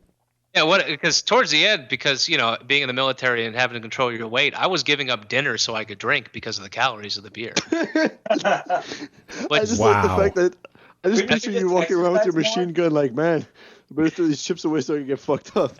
No, that's what it was, man. Breakfast was a granola bar, lunch was like a salad, and dinner was a 24-pack. Like, when we talk about what alcoholism is, man, I was the fucking poster boy for a couple of months. Like, it was crazy. Proud of you. Yeah, I approve. For quitting, right? Yeah. Yeah, we'll go with that. That's that part. Both. Really. Yeah, A whole 247. I mean, I'm proud. to this day, I still can't believe no one really noticed. Like, that's the part that weirds me out the most, is no one at work noticed. Because I would get so drunk so fast, I'd be asleep by 10 o'clock. So I'd still get 7 hours of sleep before work the next day. So I wouldn't stink. Yeah, that's. I'm good at getting drunk fast, but somehow staying like annihilated for a long time, and then I don't sleep, and I wake up the next day, and I'm wondering how I woke up. Oh no, yeah, you're not sleeping well. I wasn't getting a wink of actual rest, because Yeah, it's more like a nap. when you're drunk, that means you have hours worth of alcohol in your body still to process. That's why you stay drunk, because once you feel it, you feel it because enough of it's processed, but you still got a lot more in your system. Oh yeah. I have to tell you a funny story real quick. I'll be really, really, really quick. Right at, I think it was like Christmas Eve or something like that. It was one of those days where it was half day at work. I leave the bar at only like 8 p.m. because I was like, I got to go home and stream. Then I get a text from my cousin saying that he just saw me leave the bar, and I had found out that he was going to be a dad the week before. So I'm like, guess I got to go back and buy him a beer. I'm going to leave, run into a friend that's moving to New York, and I'm in Canada, so I'm never going to see her. Fuck.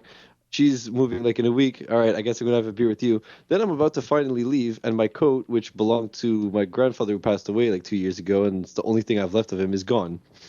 So I'm walking around the bar, and it's ladies' night, which I forgot. So the bar is fucking packed. I'm drunk, and I'm pissed off because I'm like, yo, I swear to God, if I see somebody wearing my day grandfather's coat, I'm going to crack him in the fucking face. And it turns out that somebody put the coat like against the wall in a corner, but I couldn't see because they had dimmed the lights and shit. So I spent like 3 hours walking around the bar, pissed drunk, looking for a coat that was right there all along. And at this point, it was so late, and because it was a half day, I had to get up at 4:30. At this point, it's 2 a.m. So yeah, I walked home 45 minutes. I showered. I went to work fucking hammered. And nobody really, they're just like, you look tired. I was like, yeah, bro, I'm fucking exhausted. Oh, man. Merry Christmas. Yeah, and I remember you tweeting that adventure. Oh, dude, you don't understand how it's funny because I looked at Twitter. I'm like, see, this is the exact reason you'll do social media when you're drunk. It's like, I swear if I find this motherfucker, I'm going to cut him. Yeah, that's the worst thing though with the younger drinkers is when you have that mindset of, oh, when I start feeling drunk, I'm gonna stop drinking. It's like, no, dude, if you're still drinking until you feel like, oh, I'm wasted now, you're fucked. That means you're gonna be throwing up somewhere. Because, oh yeah, you quit drinking, but you've got a lot in you, and it's not gonna be happy in another hour. It's the only thing that's good about beer. Like, you feel bloated or whatever, but at least it doesn't. It's not like a sleeper. Yeah, well, I used to joke that, you switch over to like Guinness because each Guinness is a sandwich. You can't pound 15 of those fuckers. I just can't drink them, man. Those things are just too heavy. Oh yeah, but I'm saying like you're not getting drunk off of even me at the prime of my alcoholism. I couldn't get drunk off of like Guinness. The prime of my alcoholism. The prime. When I was at my prime, bro. When I could outdrink nobody. Top of the game. When he was top of the game. You can ask Joe. Before I quit, what did I do when I came to visit you? Like 3 cases of Yingling in 3 days. It was ridiculous. And there were 5 of us in that apartment, and no one helped. You just reminded me that I need to watch the episode of It's Always Sunny, where they're seeing, Charlie is apparently seeing like a ghost of a baseball player. Oh yeah, I saw that one just the other day. Oh, I need to watch that. Adam's now 3 rooms away based on his audio quality. Sorry. He's actually underwater and having he's a mixing shower. a drink. Leave him alone. And now he's dead. trying to cook dinner and talk at the same time. Nice. I'm just going to talk on the show like this. He actually put his phone in the whiskey bottle.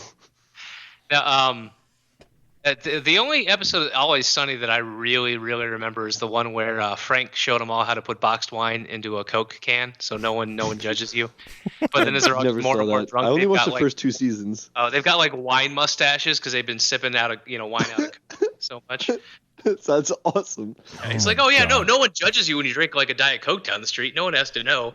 But then they're all doing it and they're getting so wasted. And yeah, by the end of the episode, they all have fucking wine mustaches. That's awesome. Yeah, and this one apparently it's like they find out that like one baseball player drank 100 beers in a day or some shit. So he wants to beat his record, but he's on an airplane. Yeah, I saw that one. I need to see that shit. Was it Wade Boggs? Yeah. Yeah. You know that Andre the Giant was able to drink like 100 beers in a day or something? Yeah, because of his metabolism. And also the fact that he was 18 feet tall. Yeah, that helps. Yeah, like 700 pounds. Awesome. It's awesome, right? Yeah, apparently, I remember reading a story. He drank like 120 beers, and they couldn't. He was too big. They couldn't carry him out, so they put a fucking piano cover over him. Yeah, because what he would have them do is they would pour the beers into like a bucket, so he could drink out of the bucket. That's just ridiculous. That's what Pappy aspired to be back in the day. Like a horse trough filled with Miller Lite. Yeah, a horse trough. I just picture like an elephant at the circus. I'll tell you what, though. I mean, year and change sober, man. It's kind of nice to wake up and actually feel like I slept. Or not feel like dying. Or to remember days. Yeah, and to remember things. That's also What's that feel like? I remember remembering things. I've done more maturing in the last year than I did the previous 10. Nice.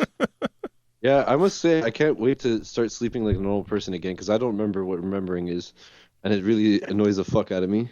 Yeah, even people who drink, like I'm not shitting on drinking. Yeah, if you drink, you drink. If you find yourself living to drink, then talk to somebody, get help. Oh, Pappy, you need to if Shiz still does them when he does his fucked up Friday streams, you need to watch one of them. So you can see what we all saw for the longest time. Oh man. Yeah, but most of the time you saw that when I was with everyone else acting that same way. Like, the cabin parties, I wasn't the only drinker there. You know what I mean? But he'll start the streams and like they're good enough. He's like fairly coherent and he's just playing game. He's drinking as he's playing. He's like, yeah, I'm trying out this game for the first time. It's really good. The puzzles in here are good. It's like a really, really good game. Clockwork Tales he was playing. It's like, I like, this is really good. This puzzle's really easy. Like 3 hours later, he's like, this puzzle's fucking bullshit. This game is fucking stupid. The developers, I'm gonna fucking cut all of them because of this fucking puzzle.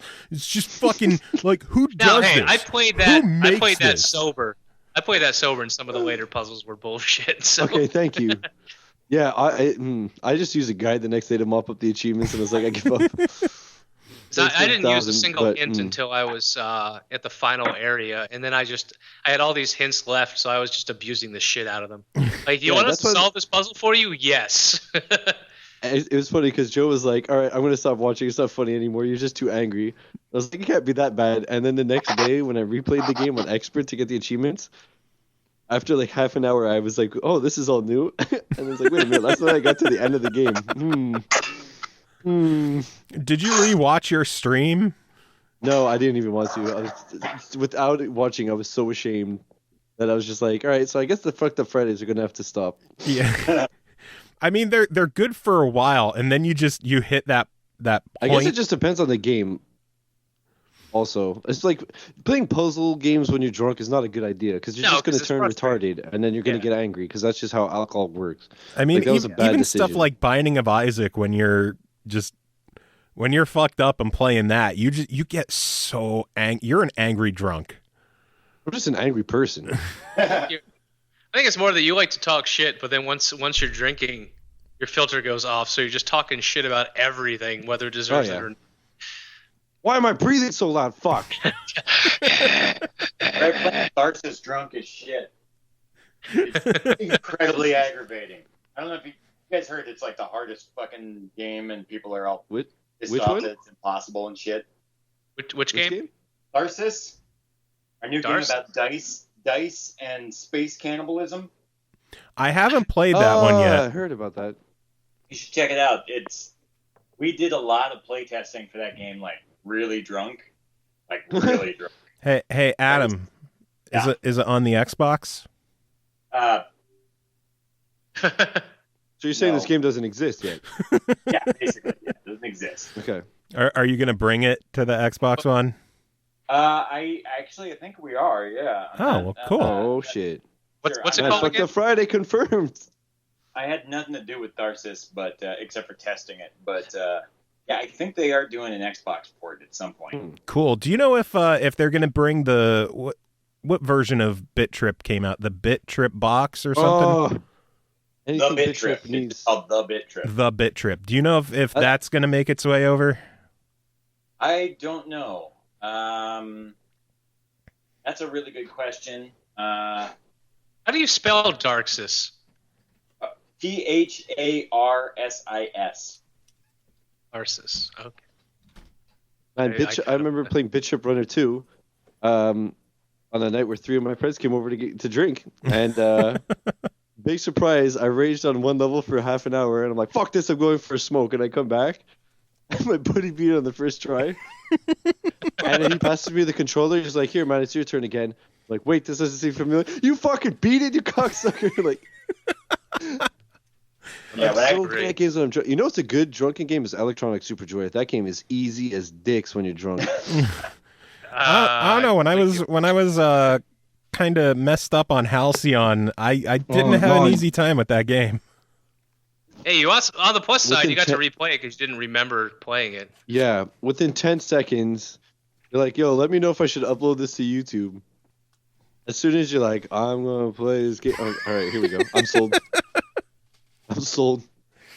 Yeah, it's fun to go back and watch that. I'm just so gone. It's like when I did I need to finish watching it. It was amazing. What was it? The Halo 5 unboxing I did while on Painkillers.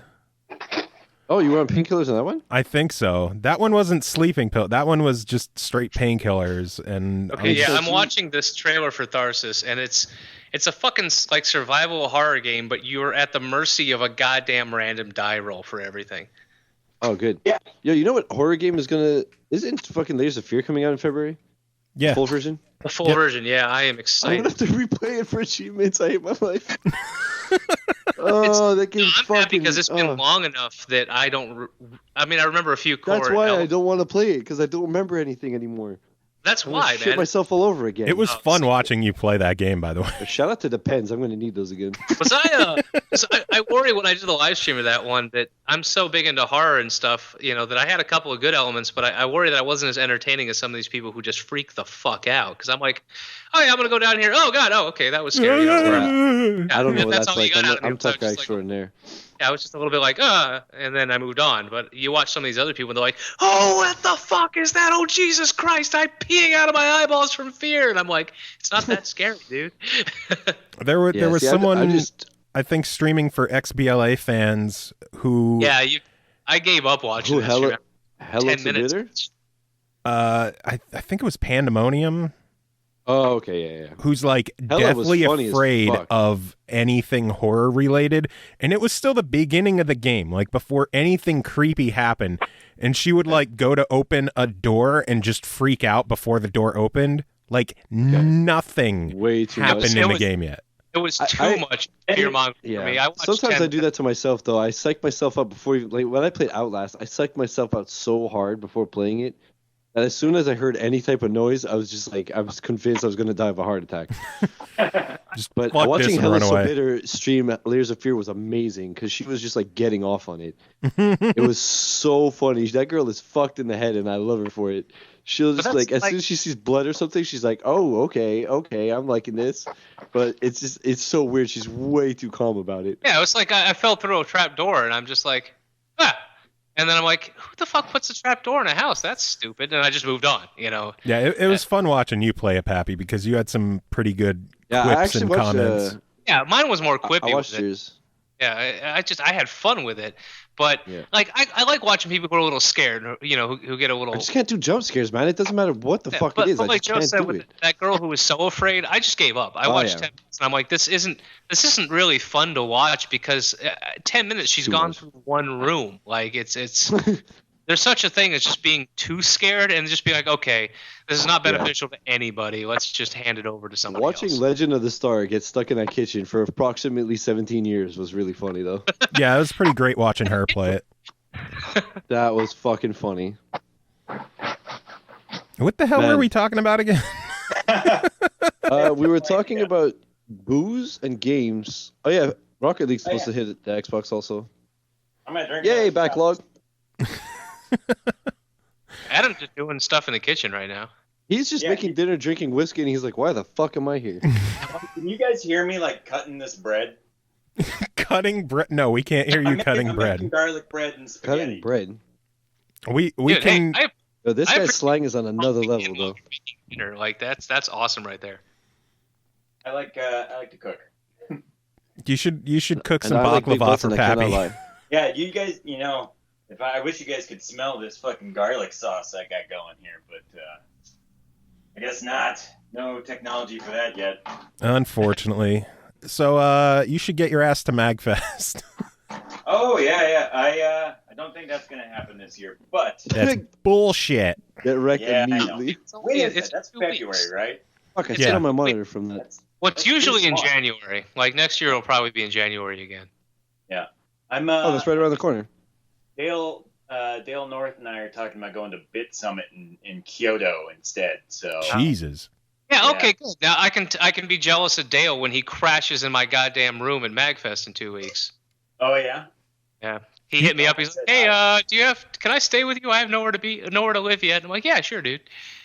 nice bench in the park. Months prior, I'm like, Pappy, can I crash with you? Because I don't think I could afford an actual room. And Pappy's like, I'm just gonna get the room by myself, and I'm just gonna enjoy it by myself. And then Dale's like, hey, can I stay with you? And he's like, oh, Dale, I love you so much. My buddy Sean broke the seal because he's like, "Hey, I can get to MagFest, but I can't afford a room, and everything's booked already. Can I crash with you?" And I'm trying to get a new guy there, so I'm like, "Yeah, you know what? You can sleep on the fold-out fucking bed couch. I still get the master bed." And I said the same thing to Dale. I'm like, as long as you don't mind sleeping with a bodybuilder in a fold-out bed couch, I got no problem. Master bedroom is fucking mine. So That sounds comfortable. That's hot. Is what that is. Yeah. So, Adam, Hell yeah. you can go as well, and you can crash with Dale and the bodybuilder all in a single fold-out couch. you can sleep underneath the pool table in my. Pull a sacco and sleep My wife under. was in a ska band for 6 years, so I'm used to sleeping in weird fucking places. Did I ever tell you about the place in Bristol? No. No. So Story time, yay. This was 2007, I think. Anna was on her first, actually her only England tour. They toured all around England. And so I flew out for the last week of the trip. And they were all fucking sorts of pissed off by the end of their month-long tour there. And the band was Monkey. They're a ska band. They just did their 20-year anniversary show, I know last that week. band. Oh, yeah? It rings a bell. Anyways. Yeah. So they played a show at this real shitty dive bar in Bristol, which is this you ever see the show The Young Ones? About a bunch of punks living in a house in England. Oh, but I own SLC Punk. It's basically the same thing, but in Britain. Okay. So Bristol's this real white trashy kind of working class town in England, and they play this. I mean, I'm sure there's nice parts too, but probably not. So they play this show, and the bartender's like, "Oh yeah, you can just stay upstairs, mate. It's no big deal." And so they all go up, to stay in this dude's flat upstairs, and Curtis, the lead singer, gets the couch, and it's a gross couch. Micah, the drummer, and Brian, the trumpet player, they have to share this these little shitty cots in this tiny little room that looks like the fucking Children of the Corn live there. The saxophone player had to stay in the kitchen, and in the kitchen there was a stove that had this fucking fat. Fat had been dripping out of the stove, and it made a stalagmite. There's a stalactite.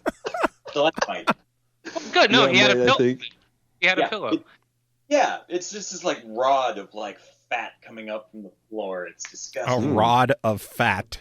Yeah. And then the Hey, bartender that's my tells dick. John- That was actually the joke I was going to say. Fucking asshole. Me too. God damn it. The bartender tells Donnell, "Hey, you can sleep in my bed. It's no big deal. I'll sleep someplace else." So she's all like, yeah, I'll go sleep in his bed, no big deal. She goes into his bedroom and looks at his bed. It's covered in blood. What Just the? blood everywhere. Because and then this other dude's like, yeah, like every night he comes. No, I guess it's not a California accent.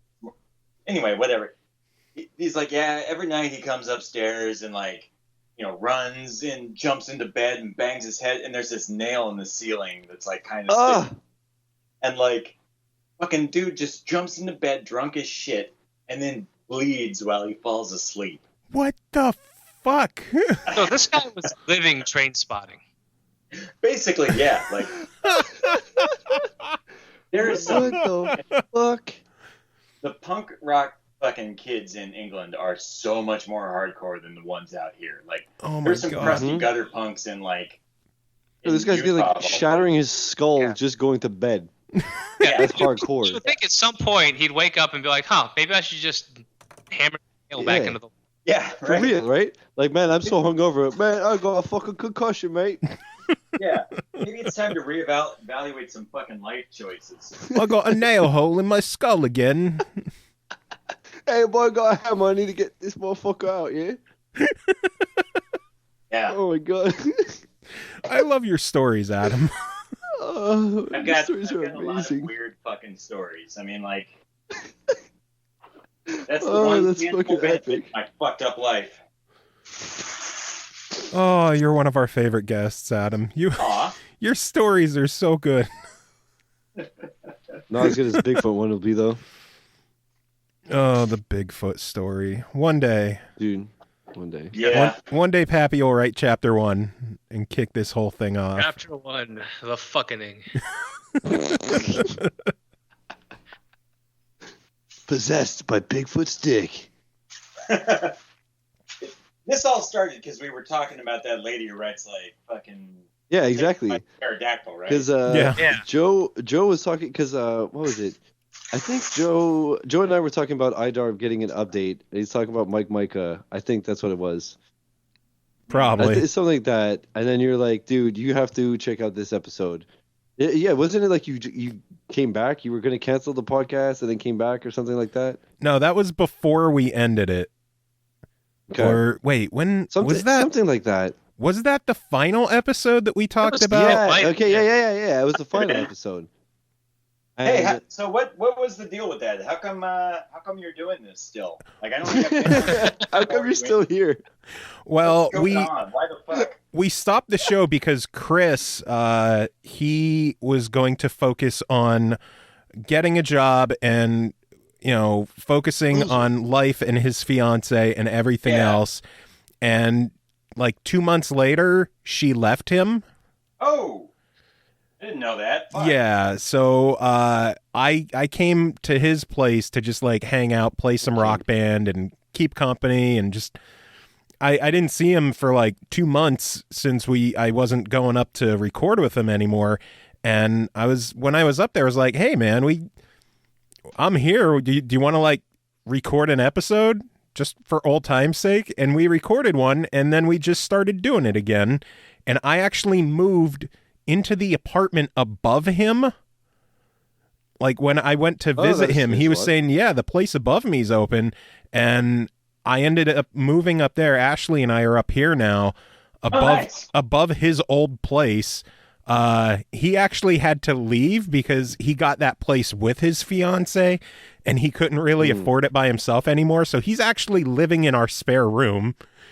Oh, He moves around so much that it's smart. He's Yeah, a he- musician. That's what he does. he was actually on like the first half hour of this show because he has a concert that he's performing tonight. That's why he's not here right now, but he is still doing the show with us when he can. But I love he only appears when I'm here. And he only appears in half-minute bursts. but half an hour. I need to learn English. But yeah, we just started doing the episodes again, and then in the fall we started to get a little more serious about the show, and we're like doing lots of developer interviews and game reviews on the show. That's actually Dan Rambo. He hooked us up with Laser Life for the show. What the hell else did he hook us up with? Fucking Laser Life's so good. It was so fucking funny. Dan messaged me like, I don't know, it was maybe about a month ago or something. He's like, who the fuck is Joe Cam? I'm trying to figure out who this guy is. He wants some codes or something. Am I supposed to give him codes? I'm like, give him codes. He's a friend of mine. I tried hitting him up about the bit trip, and I never heard back. So I don't know if he's been busy or what's going on. Oh, dude, yeah. The office has been insane for the last couple of months. So anytime you need anything, just ask me, and I will ask him. I want Dant to come on the show with you sometime. Oh yeah, that's a great idea. Yeah, dude, Dant is one of the funniest motherfuckers you will ever meet. But yeah, let's get something set up where the two of you come on together. Yeah, no problem. And then you could leave work on time. Yeah, right? I'm just over here a little sad that the entire story of the resurrection of the show and I wasn't involved at all. Not really. Pappy wasn't even on like the first 5 episodes that we came back because he's like, oh, well, I'm busy. I'm doing this. And I have this thing going on. Oh, we're back. Well, what time was that, Joe? I don't remember. I think that was when I was in rehab. Possibly.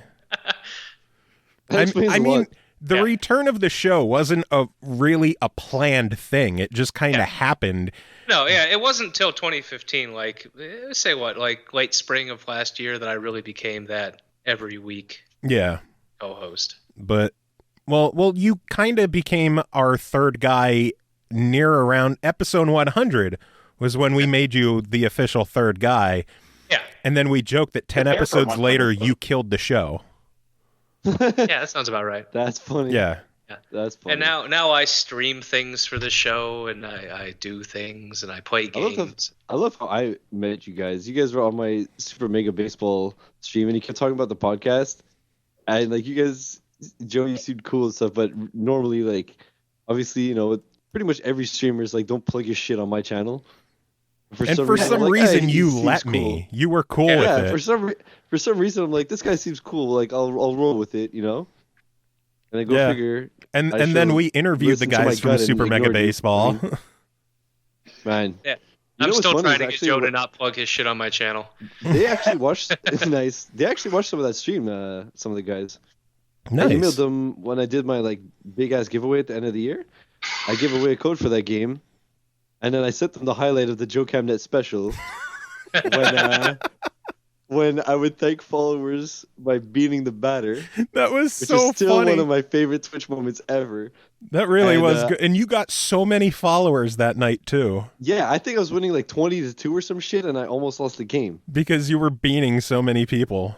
Fucking hell, dude. It was awesome. But when they sent me the code, I replied like, thank you, and and I was like, by the way, this might give you guys a laugh.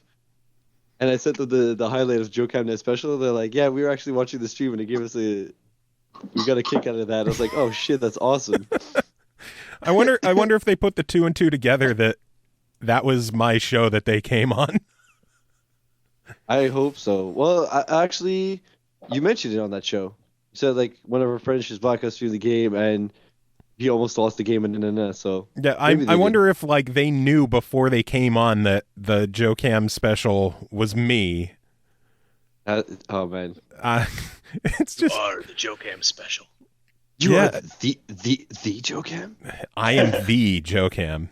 But yeah, our show has gotten significantly more serious, and like our listenership hasn't exploded, but developers are actually like knowing us sometimes. Yeah.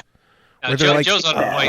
There's other developers. I got a little jealous. I was like, wait a minute, those are my guys. Yeah.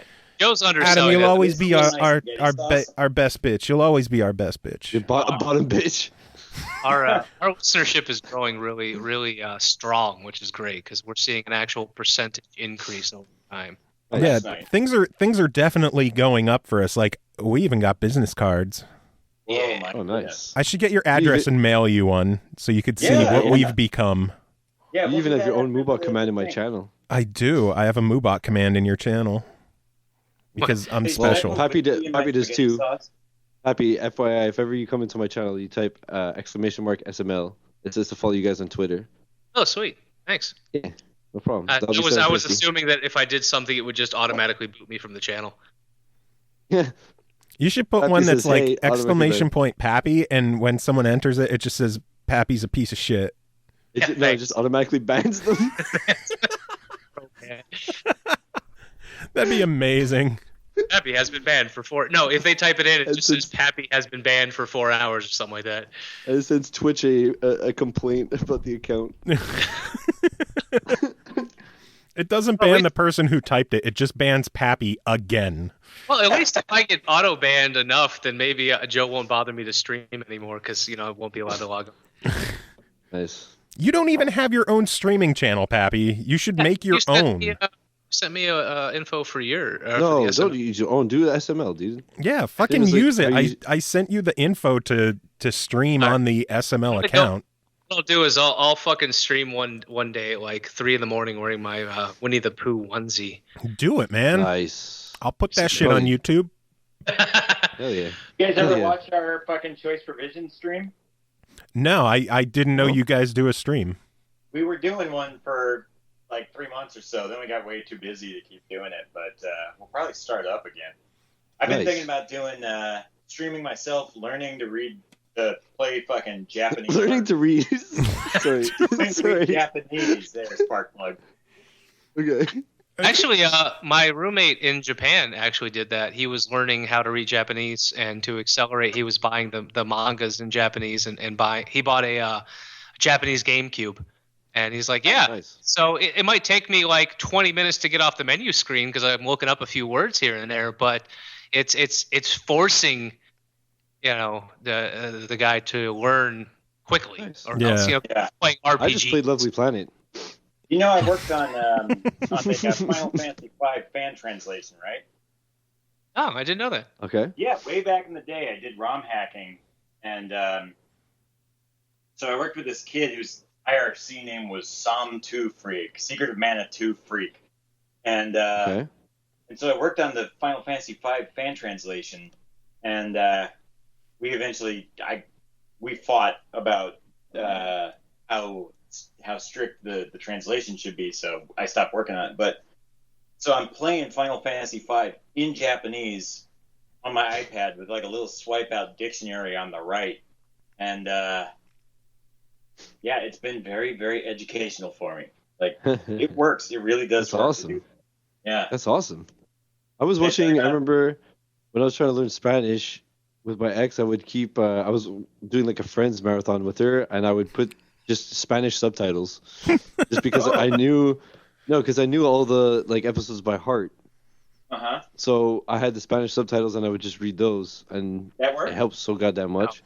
I got a friend who is bilingual English and Spanish, and she'll slip up once in a while and forget that she's bilingual. Like we'll be watching, then she'll just be all of a sudden she'll be like, "Why is this subtitle all of a sudden?" I'm like, "Because it's in fucking Spanish and I don't know what they're saying." So, oh yeah, sorry. That's funny. That's funny. Or I like when they forget that you're English. That's happened to me, where a friend will just start going on, and I'm like, "Yeah, my Spanish isn't that good, bro." Yeah. I'm like, That- "Oh, that my was the- bad." That was the worst in Japan. I tried to learn a few basic phrases, say like hello, thank you, please, all of that stuff. But And Totally. then they once assume in a that you while- speak. yeah, once in a while you got somebody who was just so excited. Oh, an American knows Japanese. And they just start. It was like, no, I literally know hello, please, thank you. Where's the bathroom? Yeah. That's why. I was like that episode of Family Guy. Oh, Like sorry. you know that episode of Family Guy where Brian's Man back was with- Brian. and the guy's like, yeah, I only know. No, sorry, sir, I only know how to say two phrases. That one and this one. You know, that was me in Japan. It's like, no, I only know how to ask where to pee. Like, Are you serious? Okay. okay. I would tell people. I would tell them Nihongo hanashimasu. No wait. Nihongo hanashimasen. Demo. Yomimasu. I can't really Yeah, same. speak Japanese, but I can read it. I literally would just be, they'd be like, Nihong, and I was like, Skoshi. Skoshi, yeah. Oh my Little- god, every time I asked somebody if they spoke English, they'd say Skoshi. I'm like, if I didn't speak Japanese, I'd have no idea what you just said, right? What the fuck does Skoshi mean? Little tiny. Little bit, yeah. Oh, okay. What I learned is that almost everybody in Japan understands English to a degree. Because most None of them high can schools speak teach it. Yeah, most high schools teach English. Yeah. nobody can speak it. They can't like put the sentences together, but they can understand mine. Which is why I love watching anime, because to this day, despite all those bilingual people out there, they just hire someone who doesn't know what they're saying to read English off a piece of paper. Oh, it's amazing. It's always just great. Scusa me, sir. I am looking for the... No, that's Chinese and racist. Never mind. Wow, you're terrible. Yeah, I was just going to say, like, yo. You are a piece of shit. No, usually the translations are, oh. I also love the... because in Japanese, they add... Oh, fuck. Everything ends in a vowel sound. So when they say an English word, they throw extra vowels in there. So cheeseburger is like cheeseabaga. Yeah. Yeah, it's like 90s indie music. Just everywhere. Did you not see that joke on Family Guy? Sorry, we just mentioned Family Guy. Did you not see that when... Oh, man. I'll try to find the link and send it to you guys. There's like 300 episodes of Family Guy. I don't remember all of them. Did you not see that? That's the thing. My memory is the weirdest thing. I don't remember shit. But the stuff I do remember, it's like never going to leave. It's just burnt in there. Oh, yeah. No, I have so much musical knowledge of 90s musical acts that does me no good. 90s singer. Yeah. I found it. Fuck. So, yeah. So we're going on about 2 hours here. Yeah. Wow. And just like that. It's like an hour 49. Oh. Right, so we're pushing towards 2 hours here. What do we still got to talk about? We still have to talk about a handful of games. Let's get one of those up. Let's mix it. Let's see. Well, we did an interview about Dad Beat Dads the other day, so I'm not sure if we really need to cover that too much. It's a lot of fun. I want to play it. It comes out tomorrow. Local beat 'em up. Listen to our episode where we interviewed. Yeah, it's a good episode. It's fun. My only thing would say, if you don't have someone to play with in your house, put it off. Because it's a lot of fun, but it's a lot more fun with other people. It is local. Yeah. Okay. So or if you're an achievement whore like Shiz. Yeah, I'm definitely getting it tomorrow. For reasons. Let's see. Living Dungeon, we're going to be doing an interview about that, I think, next week. Is that the 15th where I got to stay up till midnight? Yeah. Yeah, so I'm going to play more of that game this week, get a better feel. Yeah, I got to fire that up too. They hooked me up with a second code so I could check out that game. Do you have any impressions? That game is unforgiving, though. You can die during the tutorial. Like it wow. does. So it's Dark Souls. It's turn-based fuck you dungeon. Yeah. Oh, nice. Yeah, that one was developed and published by Radiation Burn, released on the 29th for $15. It might still be on sale for $11.99, so if it is, Pappy, would you recommend people check it out? If you like turn-based strategy, then yes. You just said all the words that give me a boner. You're good to go, sir. Pick it up. It's worth the $15. Like, I barely heard that, but it was enough to make me... I gave him a boner. That's what I got. At least now we know what he's stirring his food with. Yeah. Oh, God damn it. I always stir with my boner. Time to test the noodles with my noodle. Boner Stir. Next game we man, that needs to be a band name, Boner Stir. Boner Stir. That's a punk band. A punk band, yeah. Hell yeah. Krinkle Krusher, developed and published by Ilusis Interactive Graphics, releases tomorrow, the 5th, for $9.99. It's like a mobile tower defense-ish kind of game. Yeah, pretty much. Kind of, and it is stupidly addictive. Like, oh my God, Potato, you've been so good about not climbing on the desk today. Annoying cats. Love its name, Potato. Yeah, with Krinkle Krusher, you can easily tell that it was originally like touch controlled, based on how like you scroll up and down. You have to move your little hand around to put down either fire traps or like shoot wind blasts, ice, whatever, lightning bolts, mud pits. Enemies start at the top and come towards your castle that's at the bottom, and you have to use your different abilities to kill the enemies before they hit the castle. Based on how many enemies you kill in a row, your multiplier goes up, gives you higher scores. You try to earn 3 stars on a level to unlock a diamond that you use to power up your abilities. So the better you're doing in the game, the better you can continue to do by upgrading your skills and abilities. And as I said, it is ridiculously addictive. I originally sat down well, I should try this game out real quick. I could put more time into it later, but I just want to fire it up and see what it's like. And I think I played 2 hours before I was like, oh my God, I need to stop. Nice. It is. I'm going to play it tomorrow. It is stupid amounts of fun. I played a bit of the tutorial and it looked fun, but I didn't know it was going to be that good. Yeah, I'm excited. It's a lot of fun. I had a blast with it. It's colorful. It's bright. Some of the earlier stages might give you some trouble until you can start upgrading your abilities. I think you have to beat the first. You need so many diamonds before you can unlock the mage's tower that lets you unlock upgrades. So you can't just start upgrading right away. You have to kind of struggle for a little bit and get the hang of things. But once you start upgrading, you could go back and just destroy earlier levels.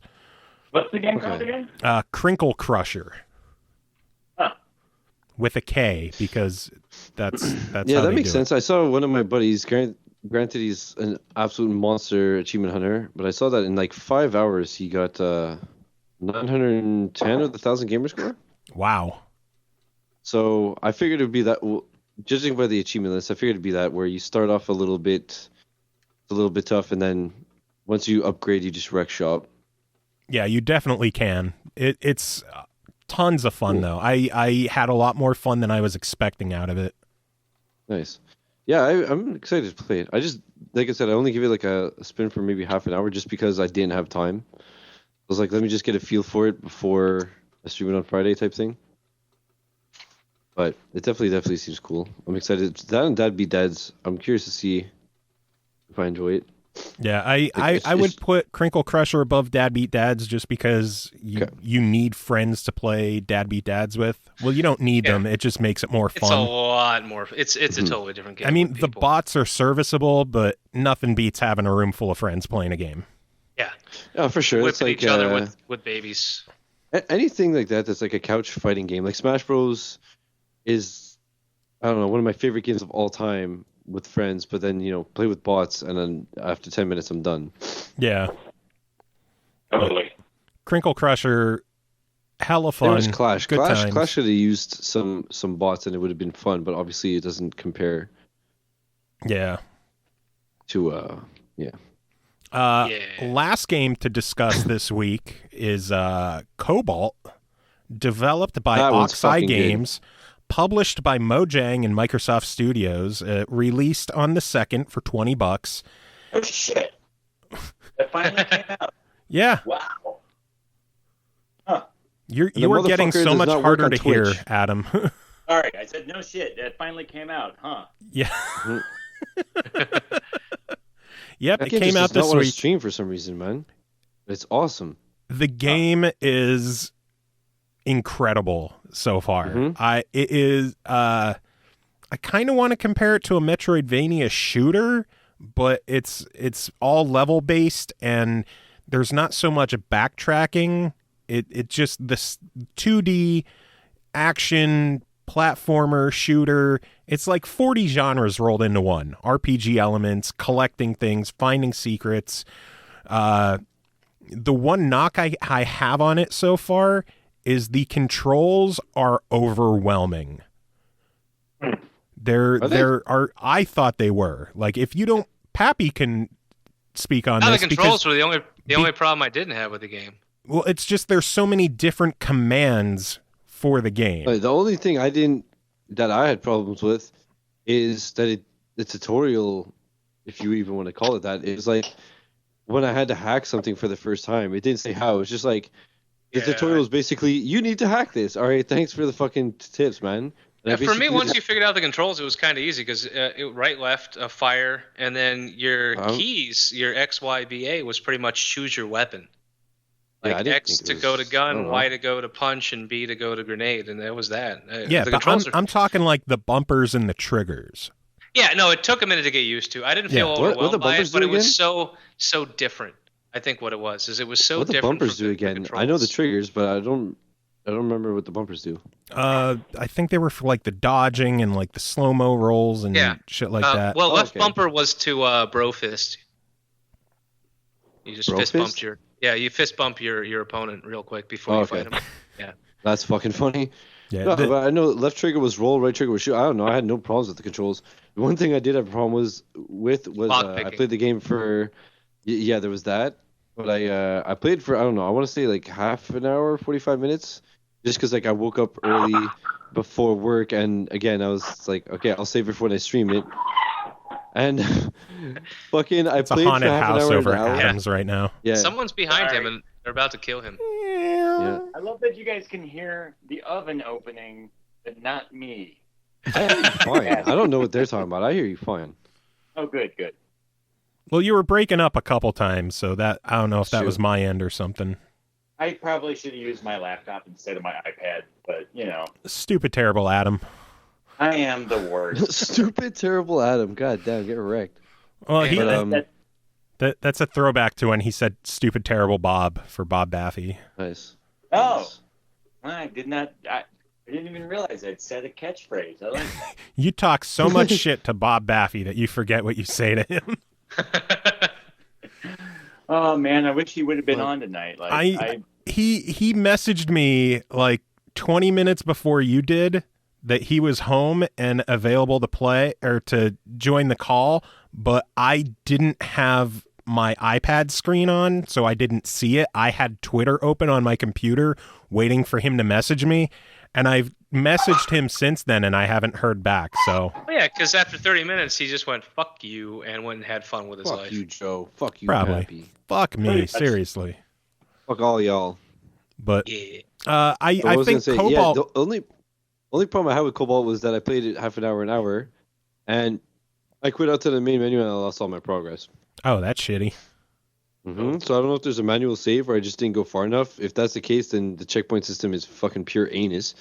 Because I don't want to have to play 17 hours before I can get a save. But other than that, I had a lot of fun with it. I want to play more. I know Pappy didn't even realize there was a tutorial in the game at first. No, I saw the tutorial and I went, yeah, fuck it, I'm good. And then I played it, and somehow during my gameplay, I forgot that the tutorial was an option.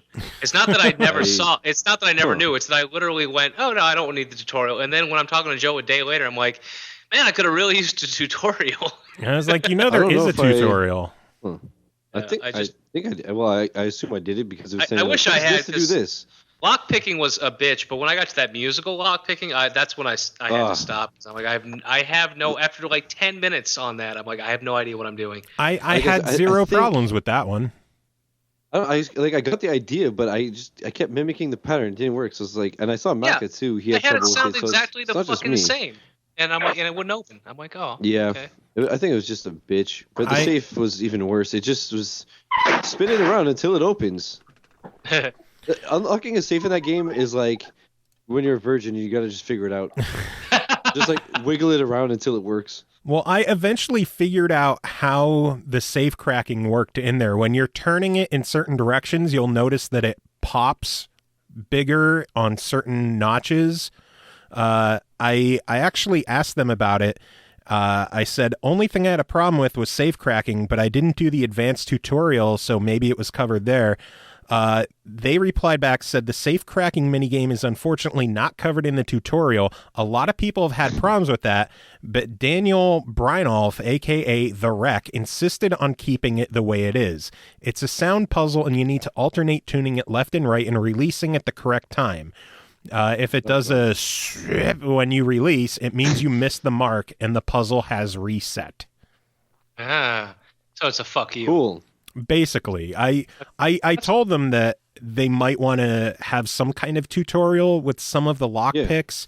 I mentioned that Pappy wasn't a fan of the audio one, the frequency lock, but I like that one. I had zero problems with the frequency lock. It was clever. I didn't hate it and like fuck this thing. It was clever. I got frustrated because I couldn't, like I said, I matched the tune, or I thought I did, and it still wouldn't open. Yeah, so, I had zero really problems with that one. Fucking thing.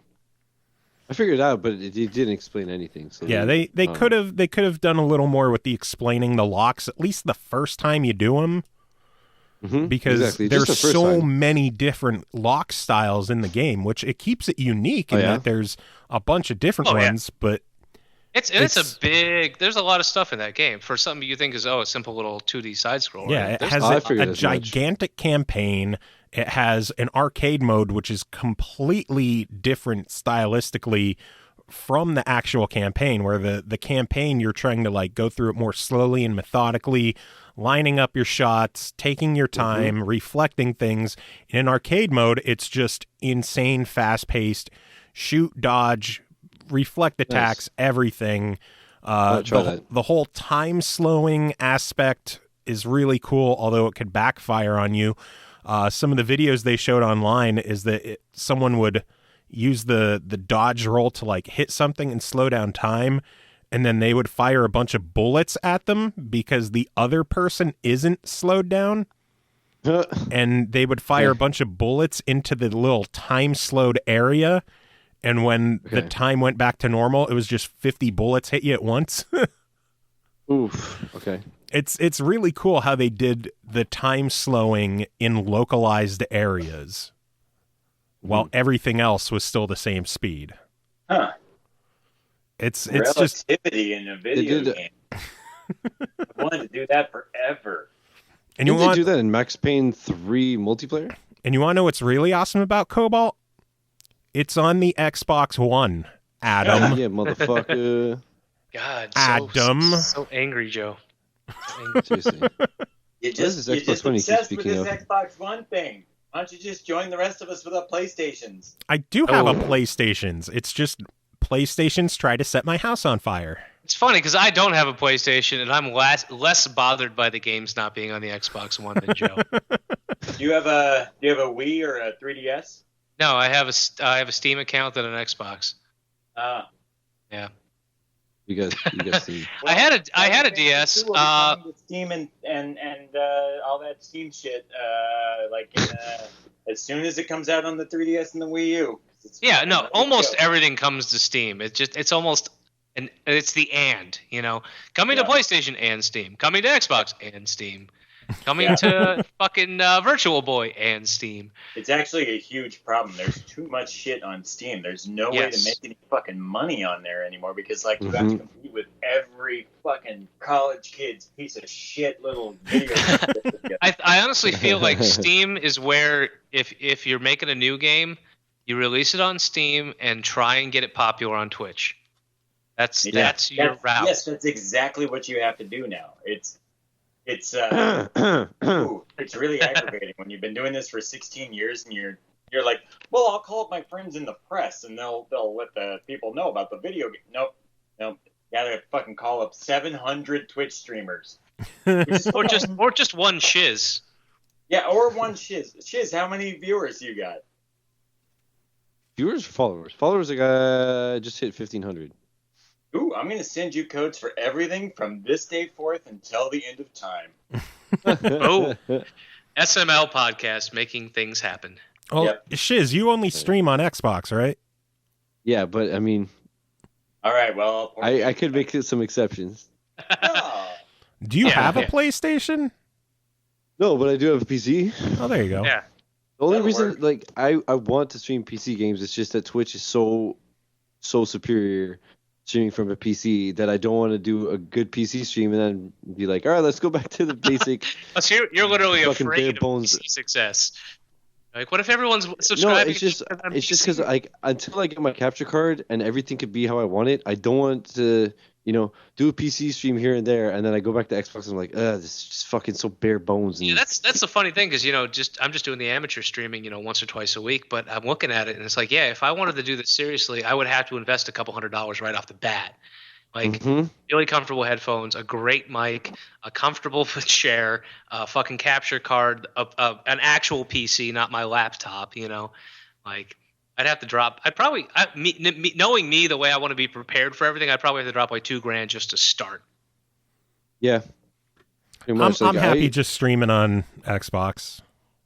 I'm happy because I get to do what I want to do, but I just now it's gotten to the point where I can't stand that I'm so limited. When I go into stuff, I tend to jump in whole hog. So I'd be like, oh yeah, let me learn how to. That's edit. What I wanted to do. It's just it's fucking expensive, Yeah. And time Well, consuming. at least If you're gonna start Twitch streaming and I'm gonna edit my own videos for YouTube best ofs, dude, you can't just edit it in 20 minutes. You know, you got to watch it, rewatch it. that's why I do not sleep. And then some of the better guys, you know, they're throwing animations and sound effects and shit into parts. You know. See, I don't care about that. I don't know. Like, I'd rather why just watch someone play a this. game instead of having like subscriber flashing notices in the middle of the screen. And the guys I was watching yesterday, you know, like I said, it's a group of guys. I was watching was Vanos Gaming, and 4 of them were playing Black Ops. One of their other buddies who wasn't there, they're doing all the Easter eggs in zombies. So at one point they come to this big computer. And they're like, "Oh, hey, this is Wildcat's fucking Twitch streaming setup." You know, they're joking about the guy there. And then they're like, "Yeah, here's the Easter egg. If you shoot it, you hear Wildcat." So, you know, someone shoots it, and the guy edited it in the video of, you know, the guy who's not there, like, laughing and be like, fuck you guys, you know, that kind of stuff. So what I'm talking about, like, you can make it fun and make it a part of the stream and make it entertaining. But there was actual video and sound effects editing going on in there. I don't want anything too crazy. I just want, like, let's say when somebody follows, I like that Moobot shows it in the chat. I just want it to pop up on the screen because obviously stuff like that, you know, a follow, a donation, if it's on the screen, it's more interactive.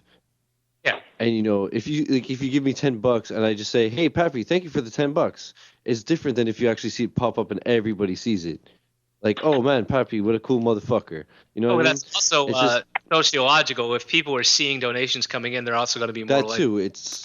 Yeah. Speaking of, if anybody wants to donate $20 to me so I could pick up Unravel on the Xbox One. Because all these free games aren't enough. Now accepting donations for Unravel. That's what I said yesterday. Randall was doing a guest stream on the Hidden Levels. I was like, "Yo, make sure to follow Randall and the Hidden Levels, and make sure to donate Lambos, because if Randall can get to GameSpot faster, he'll hit that million gamer score even faster." Donate a you know what I mean? Lambo. Like, and one thing too is, like, let's say now, you know how I've been streaming the fuck out of Binding of Isaac, trying to get my 100%. Yeah. If I get, like, when I get my achievements, it's going to be me going, "Oh man, I got my achievement." Whereas if I have a capture card, you're going to see it pop, and you know, the 2 people that give a fuck about achievements, it's still more enjoyable. You know what I mean? Yeah, because it almost gives you that they're in the living room watching you play experience. Yeah, and just, I don't know, if I'm switching games, I have to stop the stream, start a new one. In which case, the impatient people leave. The whole shit, like, that was funny as hell. When I was running through the Bug Butcher yesterday, we had, you know, again, I'm just doing small part time just for fun, so we had like 8 viewers, and the moment I died, it dropped to 5. Just like, oh, this fucking scrub instantly. died, we're done. Like, holy shit, man! Like, Instantly, I died the first time in 20 minutes. Like, come on, guys. And it's even like sometimes I'll literally be live again in like 30 fucking seconds. I literally close the game. I stop the stream, open a new game, and go, and I've lost some people. I'm like, "Motherfucker, you are impatient." Yeah. That's what like, Twitch. I get it if it's like a random that's like lurking and stuff. Cool, that makes sense. But when it's somebody that's actually like been in chat and then you're gone for 30 seconds and they fuck off, I'm just like, okay. Well, maybe they weren't paying attention when you said, "I'll be right back," and they're just like, "Oh, I guess he's done." Or like if the game crashes, you know, like the other day I streamed Isaac for 4.5 hours, and at 4 hours it crashed, and I came back for 30 minutes. If the game crashes and I'm going through a capture card, all I do is, like, it shows you my dashboard and I reload the game. The stream is still live. Like, it's just I love the app, obviously, because it lets me do what I love doing, right? And you know, I wouldn't be talking to you if it wasn't for the app. But it's just, I hate being so fucking limited when there's I don't know. I hate being like held back by stupid shit, if that makes sense. Yeah. So, Joe, any more games to cover? No, that's... Dude, this fucking, what was it, Bike Mayhem 2 that we just found out comes out tomorrow. So far, it looks pretty damn fun. Yeah, hey, what are your initial impressions there, since you played for, a good half an hour at the beginning? No, I played for about 5 minutes, and I started 3 levels because I'm the best at every game ever made. Okay, so that's a little unfair because you're great at games. So, yeah. For the normal, but honestly, it felt more like pumped BMX than Trials, because you said how it'd be Trials, and it's actually funny because you're on a bicycle, not a motocross or anything. But it's $7. The achievement list does look grindy though. You're gonna have to get all the 3 stars. You're gonna have to do this stuff online and all that. But so far, it looks pretty cool. It's like Pump DMX. If you press A, you jump higher, and then if you hold B in the air, you come down with more speed. So you gotta, I'm sure in future levels you're gonna have to land smooth to gain more speed, to get more air, to do a better trick, and so on and so forth. Because you can do tricks for points, and I think the 3 stars are gonna now they're just time. I'm assuming they're eventually gonna be score also. Yeah. I'm excited because I got email confirmation that Marvel Puzzle Quest is coming out tomorrow for Xbox One. That's dope. There you go. So we can confirm that live on the show. Yeah. We did it. That's awesome. We're going at like 2 hours and 15 minutes here, so I guess we could start wrapping things up. I'm not sure. I'm ready to go to bed, man. Fucking long ass week. Dude, it's 7:30. 1:30 for me. Pick a number between 3 and 5. That's how many hours of sleep I've gotten every night this week. Same, and last week. Yeah, I want to die. Eventually it catches up to you after night 5. Mm-hmm. Like Joe even messaged me. I'm fucking watching Azumanga Dao at 3:30 in the fucking morning in Sunday. Joe's like, dude, what the fuck are you doing up this late? I don't know. I can't sleep. I think it was 2:30 when I messaged you because it was like 5 for me. Yeah, and I'm like, oh yeah, you're up at 5 in the morning, so you'll be going to bed in an hour. Yeah, no, Yay that's just for not having a schedule. I mean, I got reasons for why I'm having a hard time sleeping, but I ain't gonna cover that on the show. There really is something important that needs to be addressed, though. Adam, how's your garlic bread? Dude, the garlic bread's fucking good. I've been eating it and dipping it in the spaghetti sauce this whole time. Nice. That's the only way to do it. My garlic bread game is fucking strong, you guys. So do you just do you make it yourself? Or you just buy the garlic butter spread and just pop that on? Dude, I make it myself. I don't fuck around. All right, you mail me some garlic bread. I'll mail you some business cards. Whoa. Wait, did you say you'll mail me some biscuits? My new favorite person ever. Business just cards. saying my garlic game is fucking Business strong. cards. Business cards isn't good as biscuits. Mail me some biscuits and business cards. I will send you some fucking garlic bread. There we go. And it's got to be, and we're talking UK biscuits, right? Not like fucking like country fried biscuit stuff. Maybe we could ship you some chocolate chip cookies. Ooh, yeah.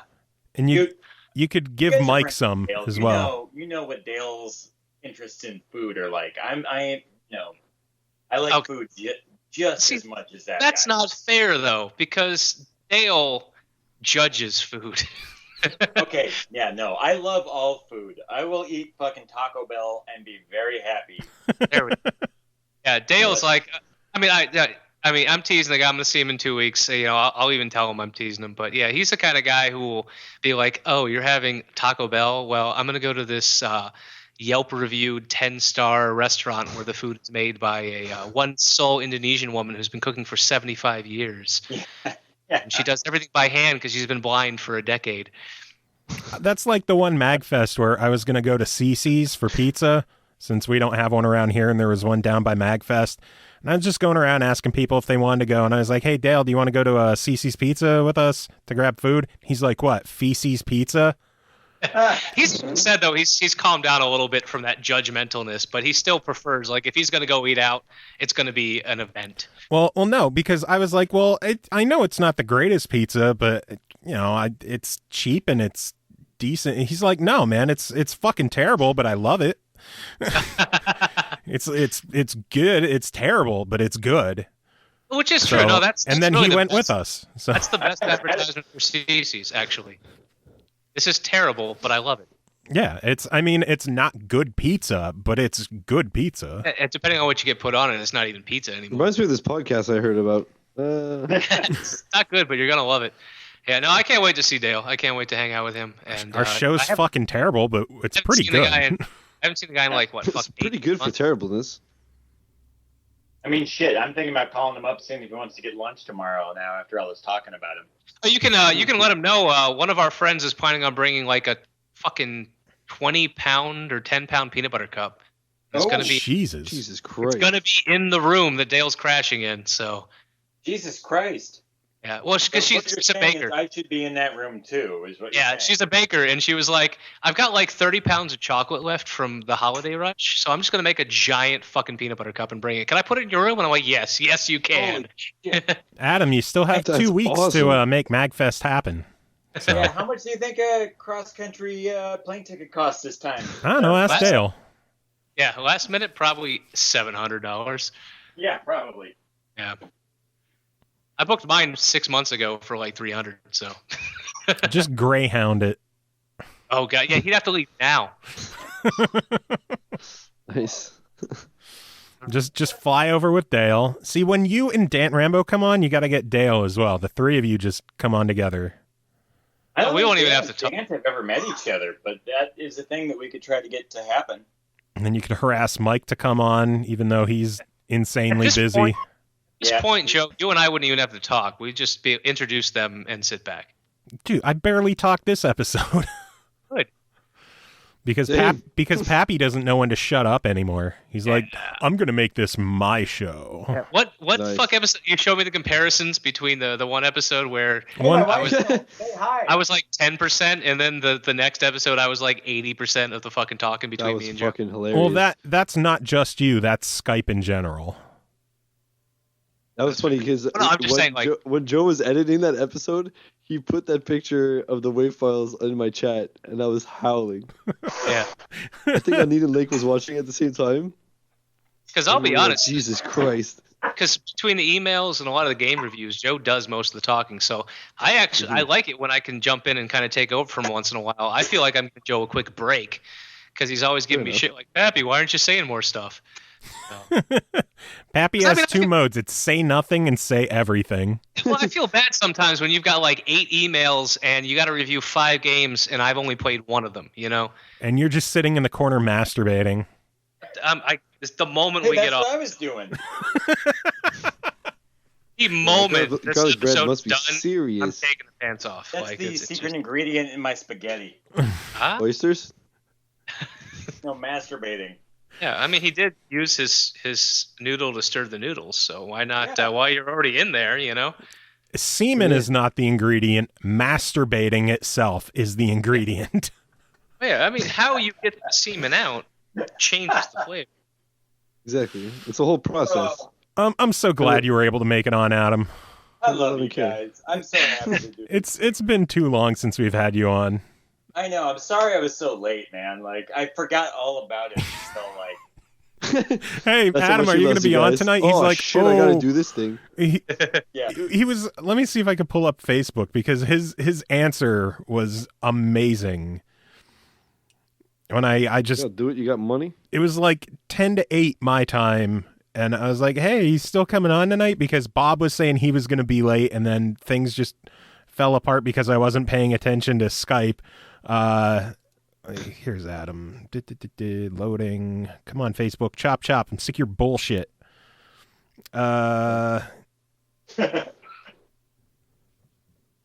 Mr. Rippin, were you still joining us tonight? Oh, fuck. That's tonight? What time? 10 minutes. Fuck. And then an